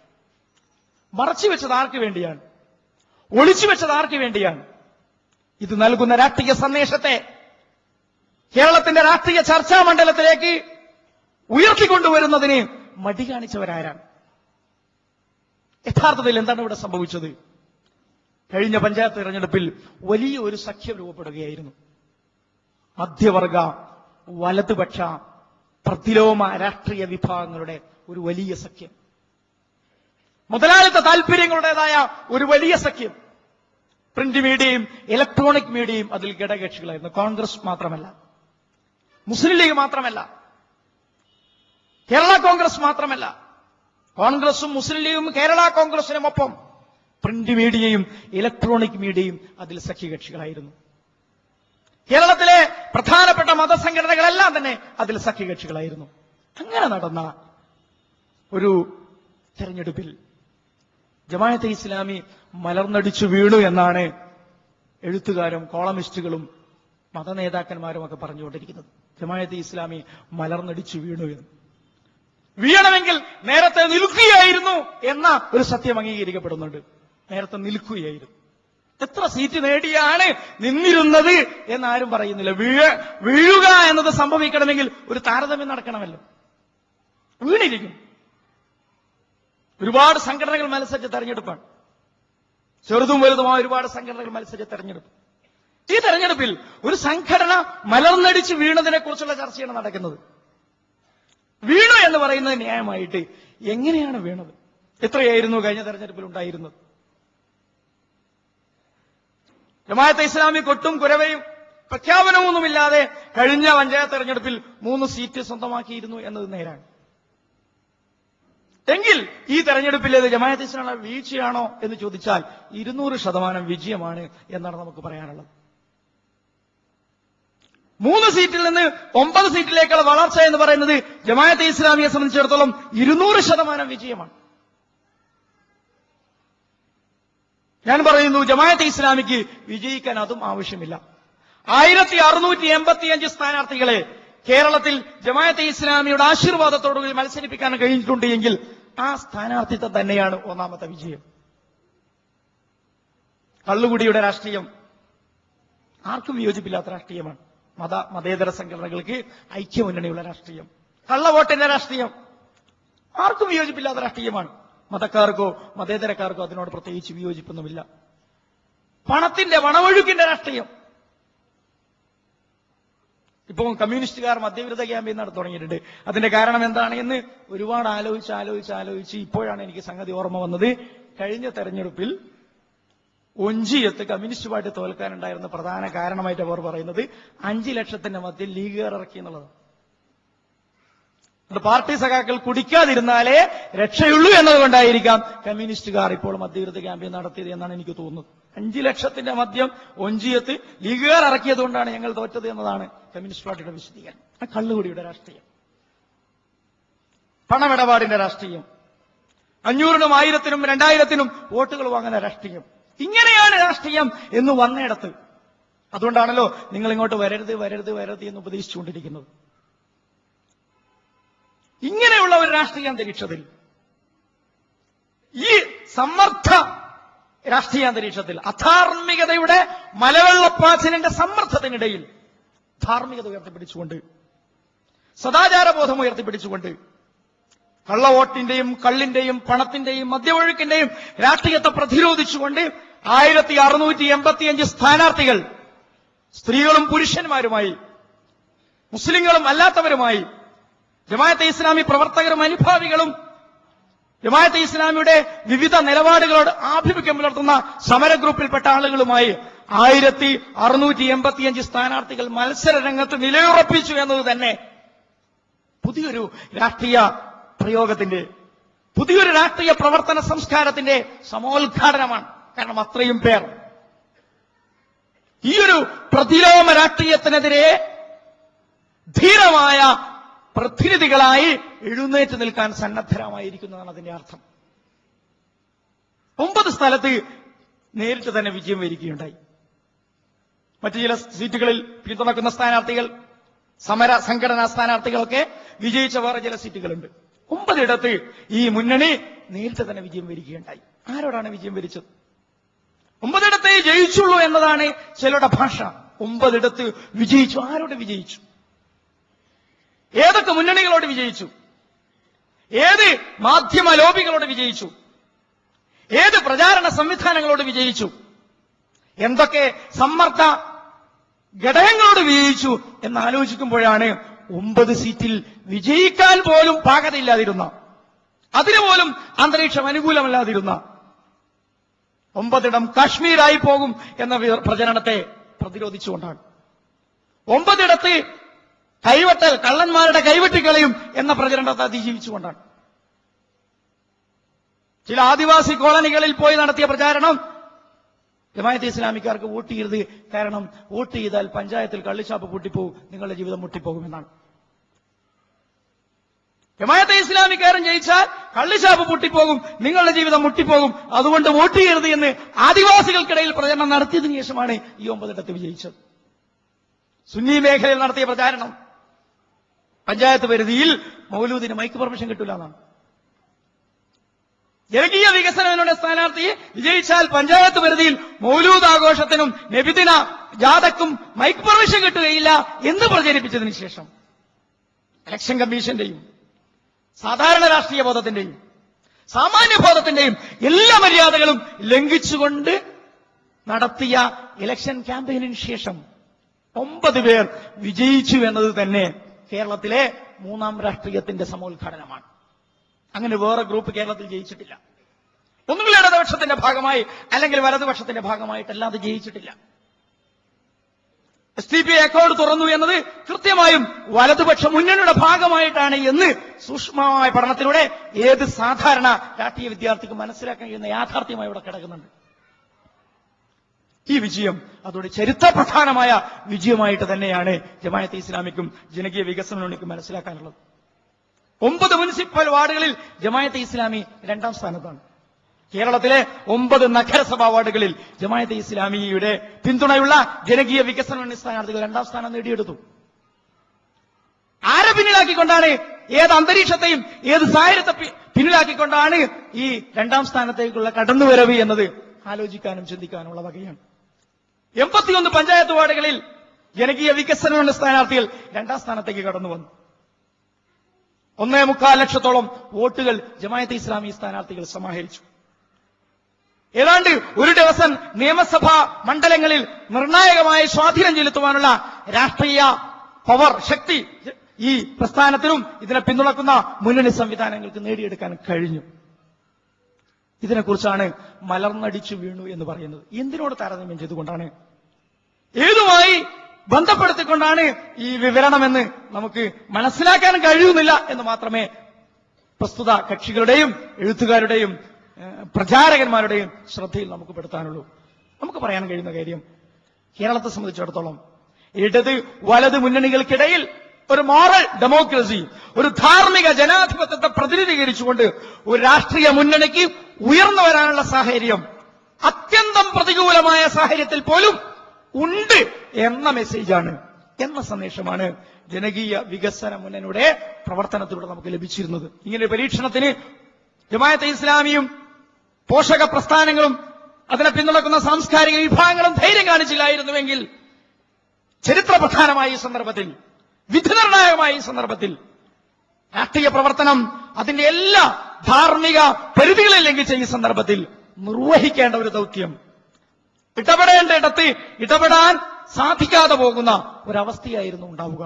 അതുകൊണ്ട് ഇത് ചരിത്രപ്രധാനമാണ്, ഇത് വിധി നിർണായകമാണ്. കേരള രാഷ്ട്രീയത്തിന്റെ ഭാവി രൂപീകരണത്തിൽ വലിയ സ്വാധീനവും വലിയ സന്ദേശവും നൽകാൻ പോകുന്ന കാര്യമാണ്. തീർച്ചയായും ബോധമുള്ളവർ അത് മനസ്സിലാക്കുകയും അതിനനുസൃതമായി പ്രതികരിക്കുകയും പ്രവർത്തിക്കുകയും ചെയ്യുന്നുണ്ട് എന്ന് നമുക്ക് മനസ്സിലാക്കാൻ കഴിയുന്നുണ്ട്. തീർച്ചയായും ജമാഅത്തെ ഇസ്ലാമി എന്ന് പറഞ്ഞാൽ നേരത്തെ പറഞ്ഞതുപോലെ ഒരു കക്ഷി രാഷ്ട്രീയ പ്രസ്ഥാനമല്ല. രാഷ്ട്രീയ പ്രവർത്തനം എന്ന് പറയുന്നത്, തെരഞ്ഞെടുപ്പ് രാഷ്ട്രീയ പ്രവർത്തനം എന്ന് പറയുന്നത് അതിന്റെ വിപുലമായ പദ്ധതികളുടെ പ്രയോഗവൽക്കരണത്തിന്റെ വഴിയിൽ ഒരു മാർഗം മാത്രമാണ്. ജമാഅത്തെ ഇസ്ലാമിക്ക് സമഗ്രമായ ലക്ഷ്യങ്ങളുണ്ട്, കാഴ്ചപ്പാടുകളുണ്ട്. അത് ഒരു മർദ്ദിത വിമോചന പ്രസ്ഥാനമാണ്. അതുകൊണ്ടാണ് ചെങ്ങറയിൽ ഈ പ്രസ്ഥാനം ഇടപെട്ടത്. അതുകൊണ്ടാണ് ആദിവാസി ഊരുകളിൽ ഈ പ്രസ്ഥാനം സാന്നിധ്യമായി മാറിയത്. അതുകൊണ്ടാണ് പ്ലാച്ചിമടയിലെ സമരഭൂമിയെ ഈ പ്രസ്ഥാനം സമ്പന്നമാക്കിയത്. റോഡ് ഈ പ്രശ്നത്തിന്റെ വിഷയമാകുന്നത് അതുകൊണ്ടാണ്. മതസംഘടനകൾക്കും സാമുദായിക സംഘങ്ങൾക്കും എന്ത് റോഡാണ്? റോഡ് എവിടെ വെട്ടണം? ആരുടെ നെഞ്ചത്തൂടെ വെട്ടിക്കൂടാ? ഏത് പറമ്പിലൂടെ വെട്ടാം, ഏത് പറമ്പിലൂടെ വെട്ടിക്കൂടാ എന്നത് സാമൂഹിക നീതിബോധവുമായി ബന്ധപ്പെട്ട രാഷ്ട്രീയ നിലപാടിന്റെ ഭാഗമാണ്. കഴിഞ്ഞ തെരഞ്ഞെടുപ്പിൽ ജമാഅത്തെ ഇസ്ലാമി നിർവഹിച്ച ഏറ്റവും വലിയ ദൗത്യം എന്താണ്? തെരഞ്ഞെടുപ്പ് രാഷ്ട്രീയത്തെ രാഷ്ട്രീയവൽക്കരിച്ചു എന്നതാണ് ജമാഅത്തെ ഇസ്ലാമി നിർവഹിച്ച ഏറ്റവും വലിയ ദൗത്യം. ജമാഅത്തെ ഇസ്ലാമിയാണ് തെരഞ്ഞെടുപ്പ് അന്തരീക്ഷത്തെ രാഷ്ട്രീയവൽക്കരിച്ചത്, അല്ലെങ്കിൽ ജനകീയ വികസന മുന്നണിയാണ് തെരഞ്ഞെടുപ്പ് അന്തരീക്ഷത്തെ രാഷ്ട്രീയവൽക്കരിച്ചത്. രാഷ്ട്രീയവൽക്കരണം കൊണ്ട് ഉദ്ദേശിക്കുന്നത് എന്താണോ തെരഞ്ഞെടുപ്പിലെ അജണ്ട, ആ അജണ്ട കേരളത്തെ പഠിപ്പിച്ചത് ജനകീയ വികസന മുന്നണിയുടെ സ്ഥാനാർത്ഥികൾ മാത്രമാണ്. ചിലർ മതവൽക്കരിച്ചു, ചിലർ വർഗീയവൽക്കരിച്ചു, ചിലർ വംശീയവൽക്കരിച്ചു, ചിലർ പണാധിപത്യം കൊണ്ട് കളിച്ചു, ചിലർ കള്ളുകൊണ്ട് കളിച്ചു. ഇതിനിടയിൽ തദ്ദേശ സ്വയംഭരണ സ്ഥാപനങ്ങൾ, പ്രസ്ഥാനങ്ങളുടെ എല്ലാ സന്നാഹങ്ങളെയും വെല്ലുന്ന സ്വഭാവത്തിൽ ചുരുങ്ങിയ പ്രവർത്തകരെ ഉപയോഗിച്ചുകൊണ്ട്, ചുരുങ്ങിയ വിഭവങ്ങൾ ഉപയോഗിച്ചുകൊണ്ട്, ചുരുങ്ങിയ പണം ചെലവഴിച്ചുകൊണ്ട് തെരഞ്ഞെടുപ്പ് രാഷ്ട്രീയത്തിന്റെ യഥാർത്ഥ രാഷ്ട്രീയം പ്രബോധനം ചെയ്തത് ഈ പ്രസ്ഥാനമാണ്. മത വികാരങ്ങളെയും വംശീയ വികാരങ്ങളെയും ചൂഷണം ചെയ്തുകൊണ്ട് വിജയമെന്ന ഒറ്റമന്ത്രത്തിൽ പ്രവർത്തിച്ച് ഒരു സ്ഥാനാർത്ഥിക്ക് വേണ്ടി 20 ലക്ഷം വരെ ചെലവഴിച്ച പാർട്ടികൾ ഈ രാജ്യത്തുണ്ട്. അതിനപ്പുറവും ചെലവഴിച്ചവരുണ്ട്. ഒരു പഞ്ചായത്ത് വാർഡിലെ ഒരു സ്ഥാനാർത്ഥിക്ക് വേണ്ടി.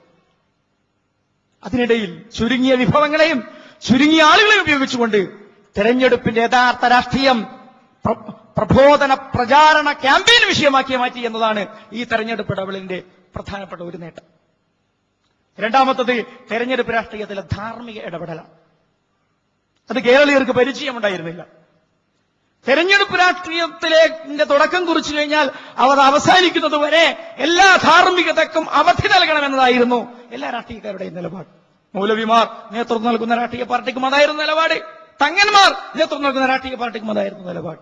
നമുക്കറിയാമല്ലോ, കേരളത്തിലെ ഒരു മതസംഘടനയുടെ മലപ്പുറം ജില്ലാ നേതാവും കേരളത്തിലെ രാഷ്ട്രീയ സംഘടനയുടെ സംസ്ഥാന നേതാവും ഒരാൾ തന്നെയാണ്. ഇതൊന്നും മതരാഷ്ട്രീയ ഇടപെടലായിട്ട് നമുക്ക് വ്യാഖ്യാനിക്കാൻ അവകാശമോ അധികാരമോ ഇല്ല. പക്ഷെ എല്ലാവരും തെരഞ്ഞെടുപ്പ് കാലത്ത് ധാർമ്മികത വിസ്മരിക്കാറുണ്ട്, പച്ചയായി അധാർമിക പ്രവർത്തനങ്ങൾ നടത്താറുണ്ട്. യുവജന പ്രവർത്തകർക്ക് ഒന്ന് മിനുങ്ങുവാൻ കള്ളു നൽകുക എന്നത് അപ്പോൾ സാന്ദർഭികമായി ഹുദൈബിയ സന്ധി മോഡലിൽ ഹലാലാക്കുന്ന സമ്പ്രദായം തന്നെ കേരളത്തിൽ നിലനിൽക്കുന്നുണ്ട്. അതിനിടയിലാണ് തെരഞ്ഞെടുപ്പ് രാഷ്ട്രീയത്തെ ധാർമ്മികവൽക്കരിക്കുക, ധാർമ്മികമായ ന്യായങ്ങളും ധാർമ്മികമായ അച്ചടക്കശീലങ്ങളും നിലനിർത്തിക്കൊണ്ട് തന്നെ ഈ ഗോതയിൽ പരീക്ഷിക്കുവാനും പ്രവർത്തിക്കുവാനും കഴിയും എന്ന് തെളിയിക്കുക എന്നത് ചരിത്രപരമായ ദൗത്യമായി മാറുന്നത് അതും ജമാഅത്തെ ഇസ്ലാമി നിർവഹിക്കുകയുണ്ടായി. മൂന്നാമത്തത്, ജമാഅത്തെ ഇസ്ലാമി പ്രതിനിധീകരിച്ചത് യഥാർത്ഥ ജനാധിപത്യത്തെയാണ്. രണ്ട് രീതിയിൽ തെരഞ്ഞെടുപ്പ് അന്തരീക്ഷത്തിൽ ജനാധിപത്യം കൊല ചെയ്യപ്പെട്ടിട്ടുണ്ട്. ഒന്ന് ഭയം കൊണ്ട്, മറ്റൊന്ന് കള്ളവോട്ട് കൊണ്ട്. ഭയപ്പെടുത്തുക എന്നത് ഒരു നിലപാടാണ്. ആരാണ് ജനാധിപത്യത്തെ ബഹുമാനിക്കുന്നത്? എന്തൊക്കെയാണ് നടക്കാറ്? തെരഞ്ഞെടുപ്പ് ഉദ്യോഗസ്ഥന്റെ മുഖത്ത് അടിക്കുന്നു, വനിതാ ഉദ്യോഗസ്ഥയെ മാനഭംഗപ്പെടുത്തുന്നു. തെരഞ്ഞെടുപ്പ് കൃത്യമായി നടത്താൻ ചുമതലപ്പെടുത്തപ്പെട്ട വനിതാ ഉദ്യോഗസ്ഥയെ ജനാധിപത്യത്തിന്റെ പേരിൽ പെരുമ്പറയടിക്കുന്ന ഭരണകക്ഷിയുടെ ലോക്കൽ നേതാവ് തന്നെ പോയി മാനഭംഗപ്പെടുത്തുന്നു. ഭയപ്പെടുത്തുക, വോട്ട് ചെയ്യാൻ അനുവദിക്കാതിരിക്കുക, അന്തരീക്ഷം വോട്ട് ചെയ്യുന്നതിന് പ്രതികൂലമാക്കി തീർക്കുക. വോട്ട് ചെയ്യുന്നതിലൂടെയാണ് യഥാർത്ഥ ജനാധിപത്യം വരേണ്ടത് എന്ന് സ്റ്റഡി ക്ലാസ് എടുത്തതിന് ശേഷം ഭയപ്പെടുത്തുക, പ്രകടനം നിരോധിക്കുക. ജനകീയ വികസന മുന്നണിയുടെ ഒരു സ്ഥാനാർത്ഥി ജയിച്ചെടുത്ത് ഒന്നാം ദിവസം ആഹ്ലാദ പ്രകടനം നിരോധിച്ചു കളഞ്ഞു. തോറ്റ കക്ഷി മുസ്ലിം ലീഗ്. ജനാധിപത്യം അവരുടേത് ജനാധിപത്യവും മിതവുമാണ്, ജമാഅത്തെ ഇസ്ലാമിയുടേത് ദൈവരാജ്യ തീവ്രവാദമാണ്. പക്ഷേ ജയിച്ച ജനകീയ വികസന മുന്നണിയുടെ സ്ഥാനാർത്ഥിയെ ആഹ്ലാദ പ്രകടനം തടയുക. ബിജെപിക്കാരൻ ജയിച്ചതിന് അടികിട്ടിയത് മുന്നണിക്കാരനാണ്. കുന്നമംഗലത്ത് ജയിച്ചത് ബിജെപിക്കാരൻ, പക്ഷേ തോറ്റ അരിശത്തിൽ ലീഗുകാർ തല്ലിയത് വികസന മുന്നണിക്കാരനെയാണ്. ഇതാണ് ജനാധിപത്യം. അതുപോലെ തന്നെ കള്ളവോട്ട്.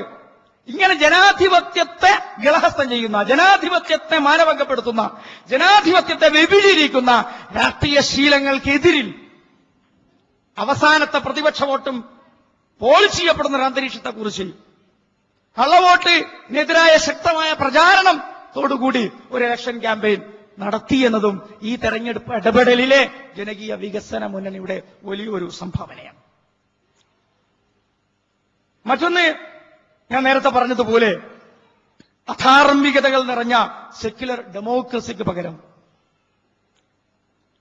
ധാർമ്മിക ഉള്ളടക്കമുള്ള ഒരു മോറൽ ഡെമോക്രസിയെ കുറിച്ചുള്ള ആലോചനയ്ക്ക് തുടക്കം കുറിക്കുവാൻ, ജനകീയമായി തുടക്കം കുറിക്കുവാൻ, ഏറ്റവും അടിത്തട്ടിൽ നിന്ന് തുടക്കം കുറിക്കുവാൻ ഈ പഞ്ചായത്ത് തെരഞ്ഞെടുപ്പിലെ ഇടപെടലിലൂടെ ഈ പ്രസ്ഥാനത്തിന് സാധിക്കുകയുണ്ടായി. തെരഞ്ഞെടുപ്പ് പ്രചരണത്തോടുകൂടി തെരഞ്ഞെടുപ്പിൽ എതിരാളികൾ പറയുന്ന സ്വഭാവത്തിൽ പരാജയപ്പെട്ടതുകൊണ്ട് പുതിയ രാഷ്ട്രീയ പാർട്ടിയുമായി രംഗത്ത് വരരുത് എന്നതാണ് ഉപദേശം. ജമാഅത്തെ ഇസ്ലാമി മനസ്സിൽ കാണുന്ന രാഷ്ട്രീയ പാർട്ടിക്ക് പകരം ഈ രാജ്യത്ത് ഏത് പാർട്ടിയാണ് നിലവിലുള്ളത് എന്ന വിനയാനിതമായ ചോദ്യമാണ് ഞങ്ങൾക്ക് ഉയർത്തുവാനുള്ളത്. ജമാഅത്തെ ഇസ്ലാമി ഒരു രാഷ്ട്രീയ പാർട്ടിയെ സ്വപ്നം കാണുന്നുണ്ട്. ആ രാഷ്ട്രീയ പാർട്ടി മുസ്ലിം ലീഗിനോ കോൺഗ്രസിനോ കമ്മ്യൂണിസ്റ്റ് പാർട്ടിക്കോ SDPIക്കോ പോപ്പുലർ ഫ്രണ്ടിനോ സുന്നി മുജാഹിദ് മത സംഘടനകളുടെ രാഷ്ട്രീയ നിലപാടുകൾക്കോ ഒന്നും ബദലല്ല. അവർക്കറിയാത്ത, അവർക്ക് പരിചയമില്ലാത്ത, തത്വത്തിലും പ്രയോഗത്തിലും അവരുടെ ബോധത്തിലോ ധാരണയിലോ പ്രവേശിക്കാത്ത, ആക്സസ് ലഭിക്കാത്ത ഒരു രാഷ്ട്രീയ ദർശനമാണ് ജമാഅത്തെ ഇസ്ലാമിക്ക് മുന്നോട്ട് വെക്കാനുള്ളത്. അത് ഉറച്ച ഏകദൈവ വിശ്വാസം പ്രഖ്യാപിക്കുന്നതോടൊപ്പം അവസാനത്തെ ദൈവനിഷേധിക്കും, അവസാനത്തെ ബഹുദൈവ വിശ്വാസിക്കും മനുഷ്യാവകാശങ്ങൾ വാഗ്ദാനം ചെയ്യുന്ന ഒരു രാഷ്ട്രീയമാണ്. ഇത് മനസ്സിലാക്കാൻ കഴിയാത്ത വിധം കുടുസായ മനസ്സുകളാണ് നമുക്കിടയിൽ ഉള്ളത് എന്ന് മനസ്സിലാക്കേണ്ടതുണ്ട്. ഉറച്ച ഏകദൈവ വിശ്വാസത്തിൽ അധിഷ്ഠിതമായ രാഷ്ട്രീയം, അതിന്റെ ഏറ്റവും നല്ല ഉദാഹരണം ഇബ്രാഹിം നബിയാണ്. ഏകദൈവ വിശ്വാസത്തിന്റെ ഉജ്ജ്വലനായ പ്രചാരകനായിരുന്നു ഇബ്രാഹിം നബി അലൈഹി സ്വലാത്തു വസ്സലാം. അദ്ദേഹത്തോട് പ്രാർത്ഥിക്കാൻ വേണ്ടി അള്ളാഹു ആവശ്യപ്പെട്ടത് അവസാനത്തെ സത്യനിഷേധിക്കും ഭക്ഷണമെന്ന മൗലികാവകാശം പൂർത്തീകരിക്കപ്പെടുന്ന ഒരു ലോകത്തിന് വേണ്ടിയാണ്. അവസാനത്തെ ദൈവനിഷേധിയും സമാധാനത്തോടുകൂടി അമ്നോടുകൂടി ജീവിക്കുന്ന ഒരു ലോകത്തിന് വേണ്ടി പ്രാർത്ഥിക്കാനാണ് ആവശ്യപ്പെട്ടത്. ഉറച്ച ഏകദൈവ വിശ്വാസത്തിന്റെ അടിത്തറയിൽ നിന്നുകൊണ്ട് സത്യനിഷേധിക്കും ബഹുദൈവ വിശ്വാസിക്കും ഭക്ഷണവും പാർപ്പിടവും വസ്ത്രവും സമാധാനവും ശാന്തിയും മനുഷ്യാവകാശമാണ്, അവരുടെ മൗലികാവകാശമാണ്. ആ മൗലികാവകാശത്തിന്റെ പൂർത്തീകരണം ഒരേകദൈവ വിശ്വാസിയുടെ മൗലികമായ കടമയാണ് എന്ന് പ്രഖ്യാപിക്കുന്ന ഒരു രാഷ്ട്രീയ സംസ്കാരം ആർക്കാണ് സ്വപ്നം കാണാൻ കഴിയുക? ഏത് പാർട്ടിക്കാണ് പ്രയോഗവൽക്കരിക്കാൻ കഴിയുക? ആ ആശയത്തിന്റെ പ്രചാരണത്തിനും പ്രയോഗവൽക്കരണത്തിനുമാണ് ഈ ഒരു കാഴ്ചപ്പാട് ഉയർത്തിപ്പിടിക്കുന്ന ഒരു രാഷ്ട്രീയ വേദി വേണം എന്ന് ജമാഅത്തെ ഇസ്ലാമി ഉറച്ചു വിശ്വസിക്കുന്നത്. മുതലാളിത്തത്തിന്റേതായ ഒരു വികസന സംസ്കാരം ഈ രാജ്യത്ത് നിലനിൽക്കുന്നുണ്ട്. അതിന്റെ ഹാങ് ഓവറിലാണ് ഈ ജനത കഴിഞ്ഞുകൂടുന്നത്. എന്റെ കാറ് സ്പീഡിൽ ഓടുന്ന ഒരു റോഡിന് വേണ്ടിയാണ് അവർ കുതിക്കുന്നത്. എന്റെ കുട്ടിയുടെ സമ്പന്നനായ എന്റെ കുട്ടിയുടെ വിദ്യാഭ്യാസം ഉയർന്ന ചെലവിൽ നടക്കുന്ന ഒരു ഇന്റർനാഷണൽ സ്കെയിലുള്ള ഒരു വിദ്യാലയം കെട്ടിയാൽ സംതൃപ്തമാകുന്ന മനസ്സാണത്.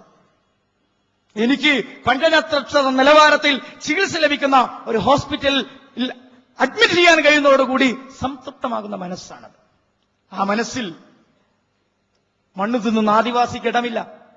ആ മനസ്സിൽ മൂത്രം കുടിച്ച് ദാഹം മാറ്റാൻ വിധിക്കപ്പെടുന്ന പട്ടികവർഗക്കാരായ ദരിദ്രർക്ക് യാതൊരു പ്രവേശനവുമില്ല. അത്തരം ആളുകൾക്ക് പൗരത്വമില്ല. അവർക്ക് വോട്ടർ പട്ടികയിൽ പേരേ ഉള്ളൂ. അവരുടെ വോട്ടർ പട്ടികയിലുള്ള പേര് അവരുടെ പൗരത്വമായി അംഗീകരിക്കപ്പെട്ടിട്ടില്ല. നട്ടലൊടിഞ്ഞു കിടക്കുന്ന രോഗികൾ അവരുടെ പൗരത്വ ഘടനയിലില്ല, അവരുടെ കൺസെപ്റ്റിലില്ല, അവരുടെ ദൃഷ്ടിക്ക് അകത്ത് ഒതുങ്ങുന്നതല്ല. ഇവിടെ ഇവർക്കെല്ലാം പൗരത്വമുള്ള, ഇവർക്കെല്ലാം മനുഷ്യാവകാശമുള്ള ഇവരുടെ പ്രശ്നം രാഷ്ട്രത്തിന്റെയും സമൂഹത്തിന്റെയും പാർലമെന്റിന്റെയും പഞ്ചായത്തിന്റെയും ഒന്നാമത്തെ പ്രശ്നമായി മാറുന്ന, പള്ളിയുടെയും പാർലമെന്റിന്റെയും ഒരേ പ്രാധാന്യമുള്ള പ്രശ്നമായി മാറുന്ന ഒരു രാഷ്ട്രീയ ബോധം, ഈ രാഷ്ട്രീയ ബോധം സ്വയം ഉൾക്കൊള്ളുവാനോ പ്രചരിപ്പിക്കുവാനോ കഴിയുന്ന ശക്തിയുള്ള ഒരു രാഷ്ട്രീയ പാർട്ടിയും ദർശനവും ഈ രാജ്യത്തില്ല. നാഷണൽ പാർട്ടി അതിൽ നിന്ന് ബഹുദൂരം അകന്നുപോയിരിക്കുന്നു. കോൺഗ്രസ് പാർട്ടിക്ക് അങ്ങനെ ഒരു കാഴ്ചപ്പാടേ ഇല്ല. മുസ്ലിം ലീഗ് പ്രസ്ഥാനം മലപ്പുറത്തെ നേതാക്കന്മാരുടെ സുരക്ഷിത ജീവിതത്തിനപ്പുറം ഒരു രാഷ്ട്രീയ കണ്ണുമില്ലാത്ത പ്രസ്ഥാനമാണ്. അങ്ങനെയുള്ള ഒരു സന്ദർഭത്തിൽ ഈ ഒരു രാഷ്ട്രീയ ബോധം ഉൾക്കൊള്ളുന്ന ഒരു വേദി അത് ഇന്ത്യ രാജ്യത്തിന്റെ ഒരു ആവശ്യമാണ്. ഇത് ബീഹാറിന്റെയും ഉത്തർപ്രദേശിന്റെയും ആവശ്യമാണ്, ഒറീസയുടെയും മണിപ്പൂരിന്റെയും ആവശ്യമാണ്, ദില്ലിയുടെയും ഹരിയാനയുടെയും ആവശ്യമാണ്, ലഖ്നൌവിന്റെയും പാറ്റ്നയുടെയും ആവശ്യമാണ്, കോഴിക്കോടിന്റെയും കാസർഗോഡിന്റെയും തിരുവനന്തപുരത്തിന്റെയും ആവശ്യമാണ്. ഈ ആവശ്യ പൂർത്തീകരണത്തിന് വേണ്ടിയുള്ള ഒരു പാർട്ടിയാണ് ജമാഅത്തെ ഇസ്ലാമി കെട്ടിപ്പടുക്കാൻ ആഗ്രഹിക്കുന്നത്. ആ പാർട്ടിയുടെ അടിസ്ഥാന മൂലധനമാണ് ഞങ്ങളെ സംബന്ധിച്ചിടത്തോളം ഈ 1.25 ലക്ഷം വോട്ടുകൾ എന്ന് പറയുന്നത്. ആ പാർട്ടിയുടെ അടിസ്ഥാന മൂലധനമാണ് ഞങ്ങളെ സംബന്ധിച്ചിടത്തോളം 1685 സ്ഥാനാർത്ഥികൾ എന്ന് പറയുന്നത്. ആ പാർട്ടിയുടെ അടിസ്ഥാന മൂലധനമാണ് ഞങ്ങളെ സംബന്ധിച്ചിടത്തോളം നേടിയെടുത്ത 9 സീറ്റുകൾ എന്ന് പറയുന്നത്. ഇങ്ങനെ ഒരു മൂലധന സമാഹരണത്തിലൂടെ ഒരു പുതിയ പാർട്ടിയെക്കുറിച്ചുള്ള സ്വപ്നം, ഒരു പുതിയ പാർട്ടിയെക്കുറിച്ചുള്ള കാഴ്ചപ്പാട് ഈ സമൂഹത്തിൽ ശക്തമായി അവതരിപ്പിച്ചു കഴിഞ്ഞിരിക്കുകയാണ്. അത് ഏറ്റെടുക്കുക എന്നതാണ് നമ്മുടെ ദൗത്യം. അത് ഏറ്റെടുത്ത് മുന്നോട്ട് പോവുക എന്നതാണ് നമ്മുടെ ദൗത്യം. ഇത് നമ്മെ സംബന്ധിച്ചിടത്തോളം ദൈവികമായ ദൗത്യമാണ്. നാം ഏറ്റെടുത്ത ഖിലാഫത്ത് നിർവഹണത്തിന്റെ ഭാഗമാണ്. ഇന്നി ജാഇലുൻ ഫിൽ അർളി ഖലീഫ. ദൈവികമായ പ്രാതിനിധ്യ ചുമതലയുടെ നിർവഹണത്തിന്റെ ഭാഗമാണ്. എത്ര ആളുകൾ വോട്ട് ചെയ്യും എന്ന് നോക്കിയിട്ട് അത് വേണമെന്നും വേണ്ടെന്ന് വെക്കുവാനുള്ള അധികാരം നമുക്കില്ല. എത്ര സീറ്റിൽ ആള് ജയിച്ചു എന്ന് നോക്കിയിട്ട് അതിന്റെ സാധ്യതകൾ അളന്ന് തിട്ടപ്പെടുത്തുന്നത് ഒരിക്കലും തന്നെ ശരിയായ രീതി അല്ല. ആ അർത്ഥത്തിൽ ഈ ഉത്തരവാദിത്തം ഏറ്റെടുക്കുക, അതിനുവേണ്ടി സ്വയം സജ്ജരാവുക, അതിനുവേണ്ടി ആവശ്യമായി മാനസികമായും വൈജ്ഞാനികമായും ഒരുങ്ങുക, അങ്ങനെയുള്ള ഒരു സാമൂഹ്യ മാറ്റത്തെ സ്വപ്നം കാണുക. അങ്ങനെ ഒരു പുതിയ ആകാശത്തിന് വേണ്ടി, ഒരു പുതിയ ഭൂമിക്ക് വേണ്ടി, ഒരു പുതിയ സമൂഹത്തിന്റെ നിർമ്മിതിക്ക് വേണ്ടി, സമാധാനവും ശാന്തിയും നിലകൊള്ളുന്ന കളിയാടുന്ന മനുഷ്യാവകാശങ്ങൾ സംരക്ഷിക്കപ്പെടുന്ന സാമൂഹ്യനീതിയുടെ പുതുവസന്തമാകുന്ന ഒരു ലോകത്തിന് വേണ്ടി പണിയെടുക്കുക, അധ്വാനിക്കുക എന്ന് ആഹ്വാനം ചെയ്തുകൊണ്ട് ഞാൻ എന്റെ വാക്കുകൾ അവസാനിപ്പിക്കുകയാണ്. നിങ്ങൾക്ക് അഭിവാദ്യങ്ങൾ, ആശംസകൾ. അള്ളാഹു അനുഗ്രഹിക്കുമാറാകട്ടെ. വാഹിർ ദഅവാന അനിൽ ഹംദുലില്ലാഹി റബ്ബിൽ ആലമീൻ. അസ്സലാമു അലൈക്കും വറഹ്മത്തുള്ളാഹി വബറകാതുഹു.